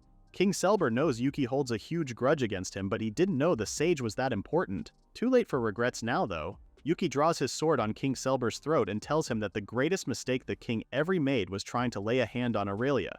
Not only that, the king also endangered all the elves of the village for his own selfish desires. If it's proven to be under his orders, King Selber's crimes are even heavier now. King Selber, on his knees, is in disdain. Yuki already heard rumors that the elf-hunting bandits were coming and going from the royal capital. Normally, Yuki wouldn't mind ending the king right here, but the sage isn't the one who will judge him. Aside from that, Yuki still has questions that need the king's answers to. Until then, the king better sit there prettily and reflect on what he's done. Meanwhile, at the royal capital's city district, Regulus is fighting off a monster when he notices the others in the sky are already retreating. A smile comes on his face as he realizes Yuki has done it and saved everyone. At the castle's dungeon, Aina also notices the surge of monster reinforcements has died down. The news brings Aurelia in a joyful state. Both girls know this means Yuki and Sui already defeated the demons. The townspeople rejoice as dawn finally arrives. At last, the nightmare of a night has come to an end. For now, the crisis in the royal capital is over. Emphasis on, for now.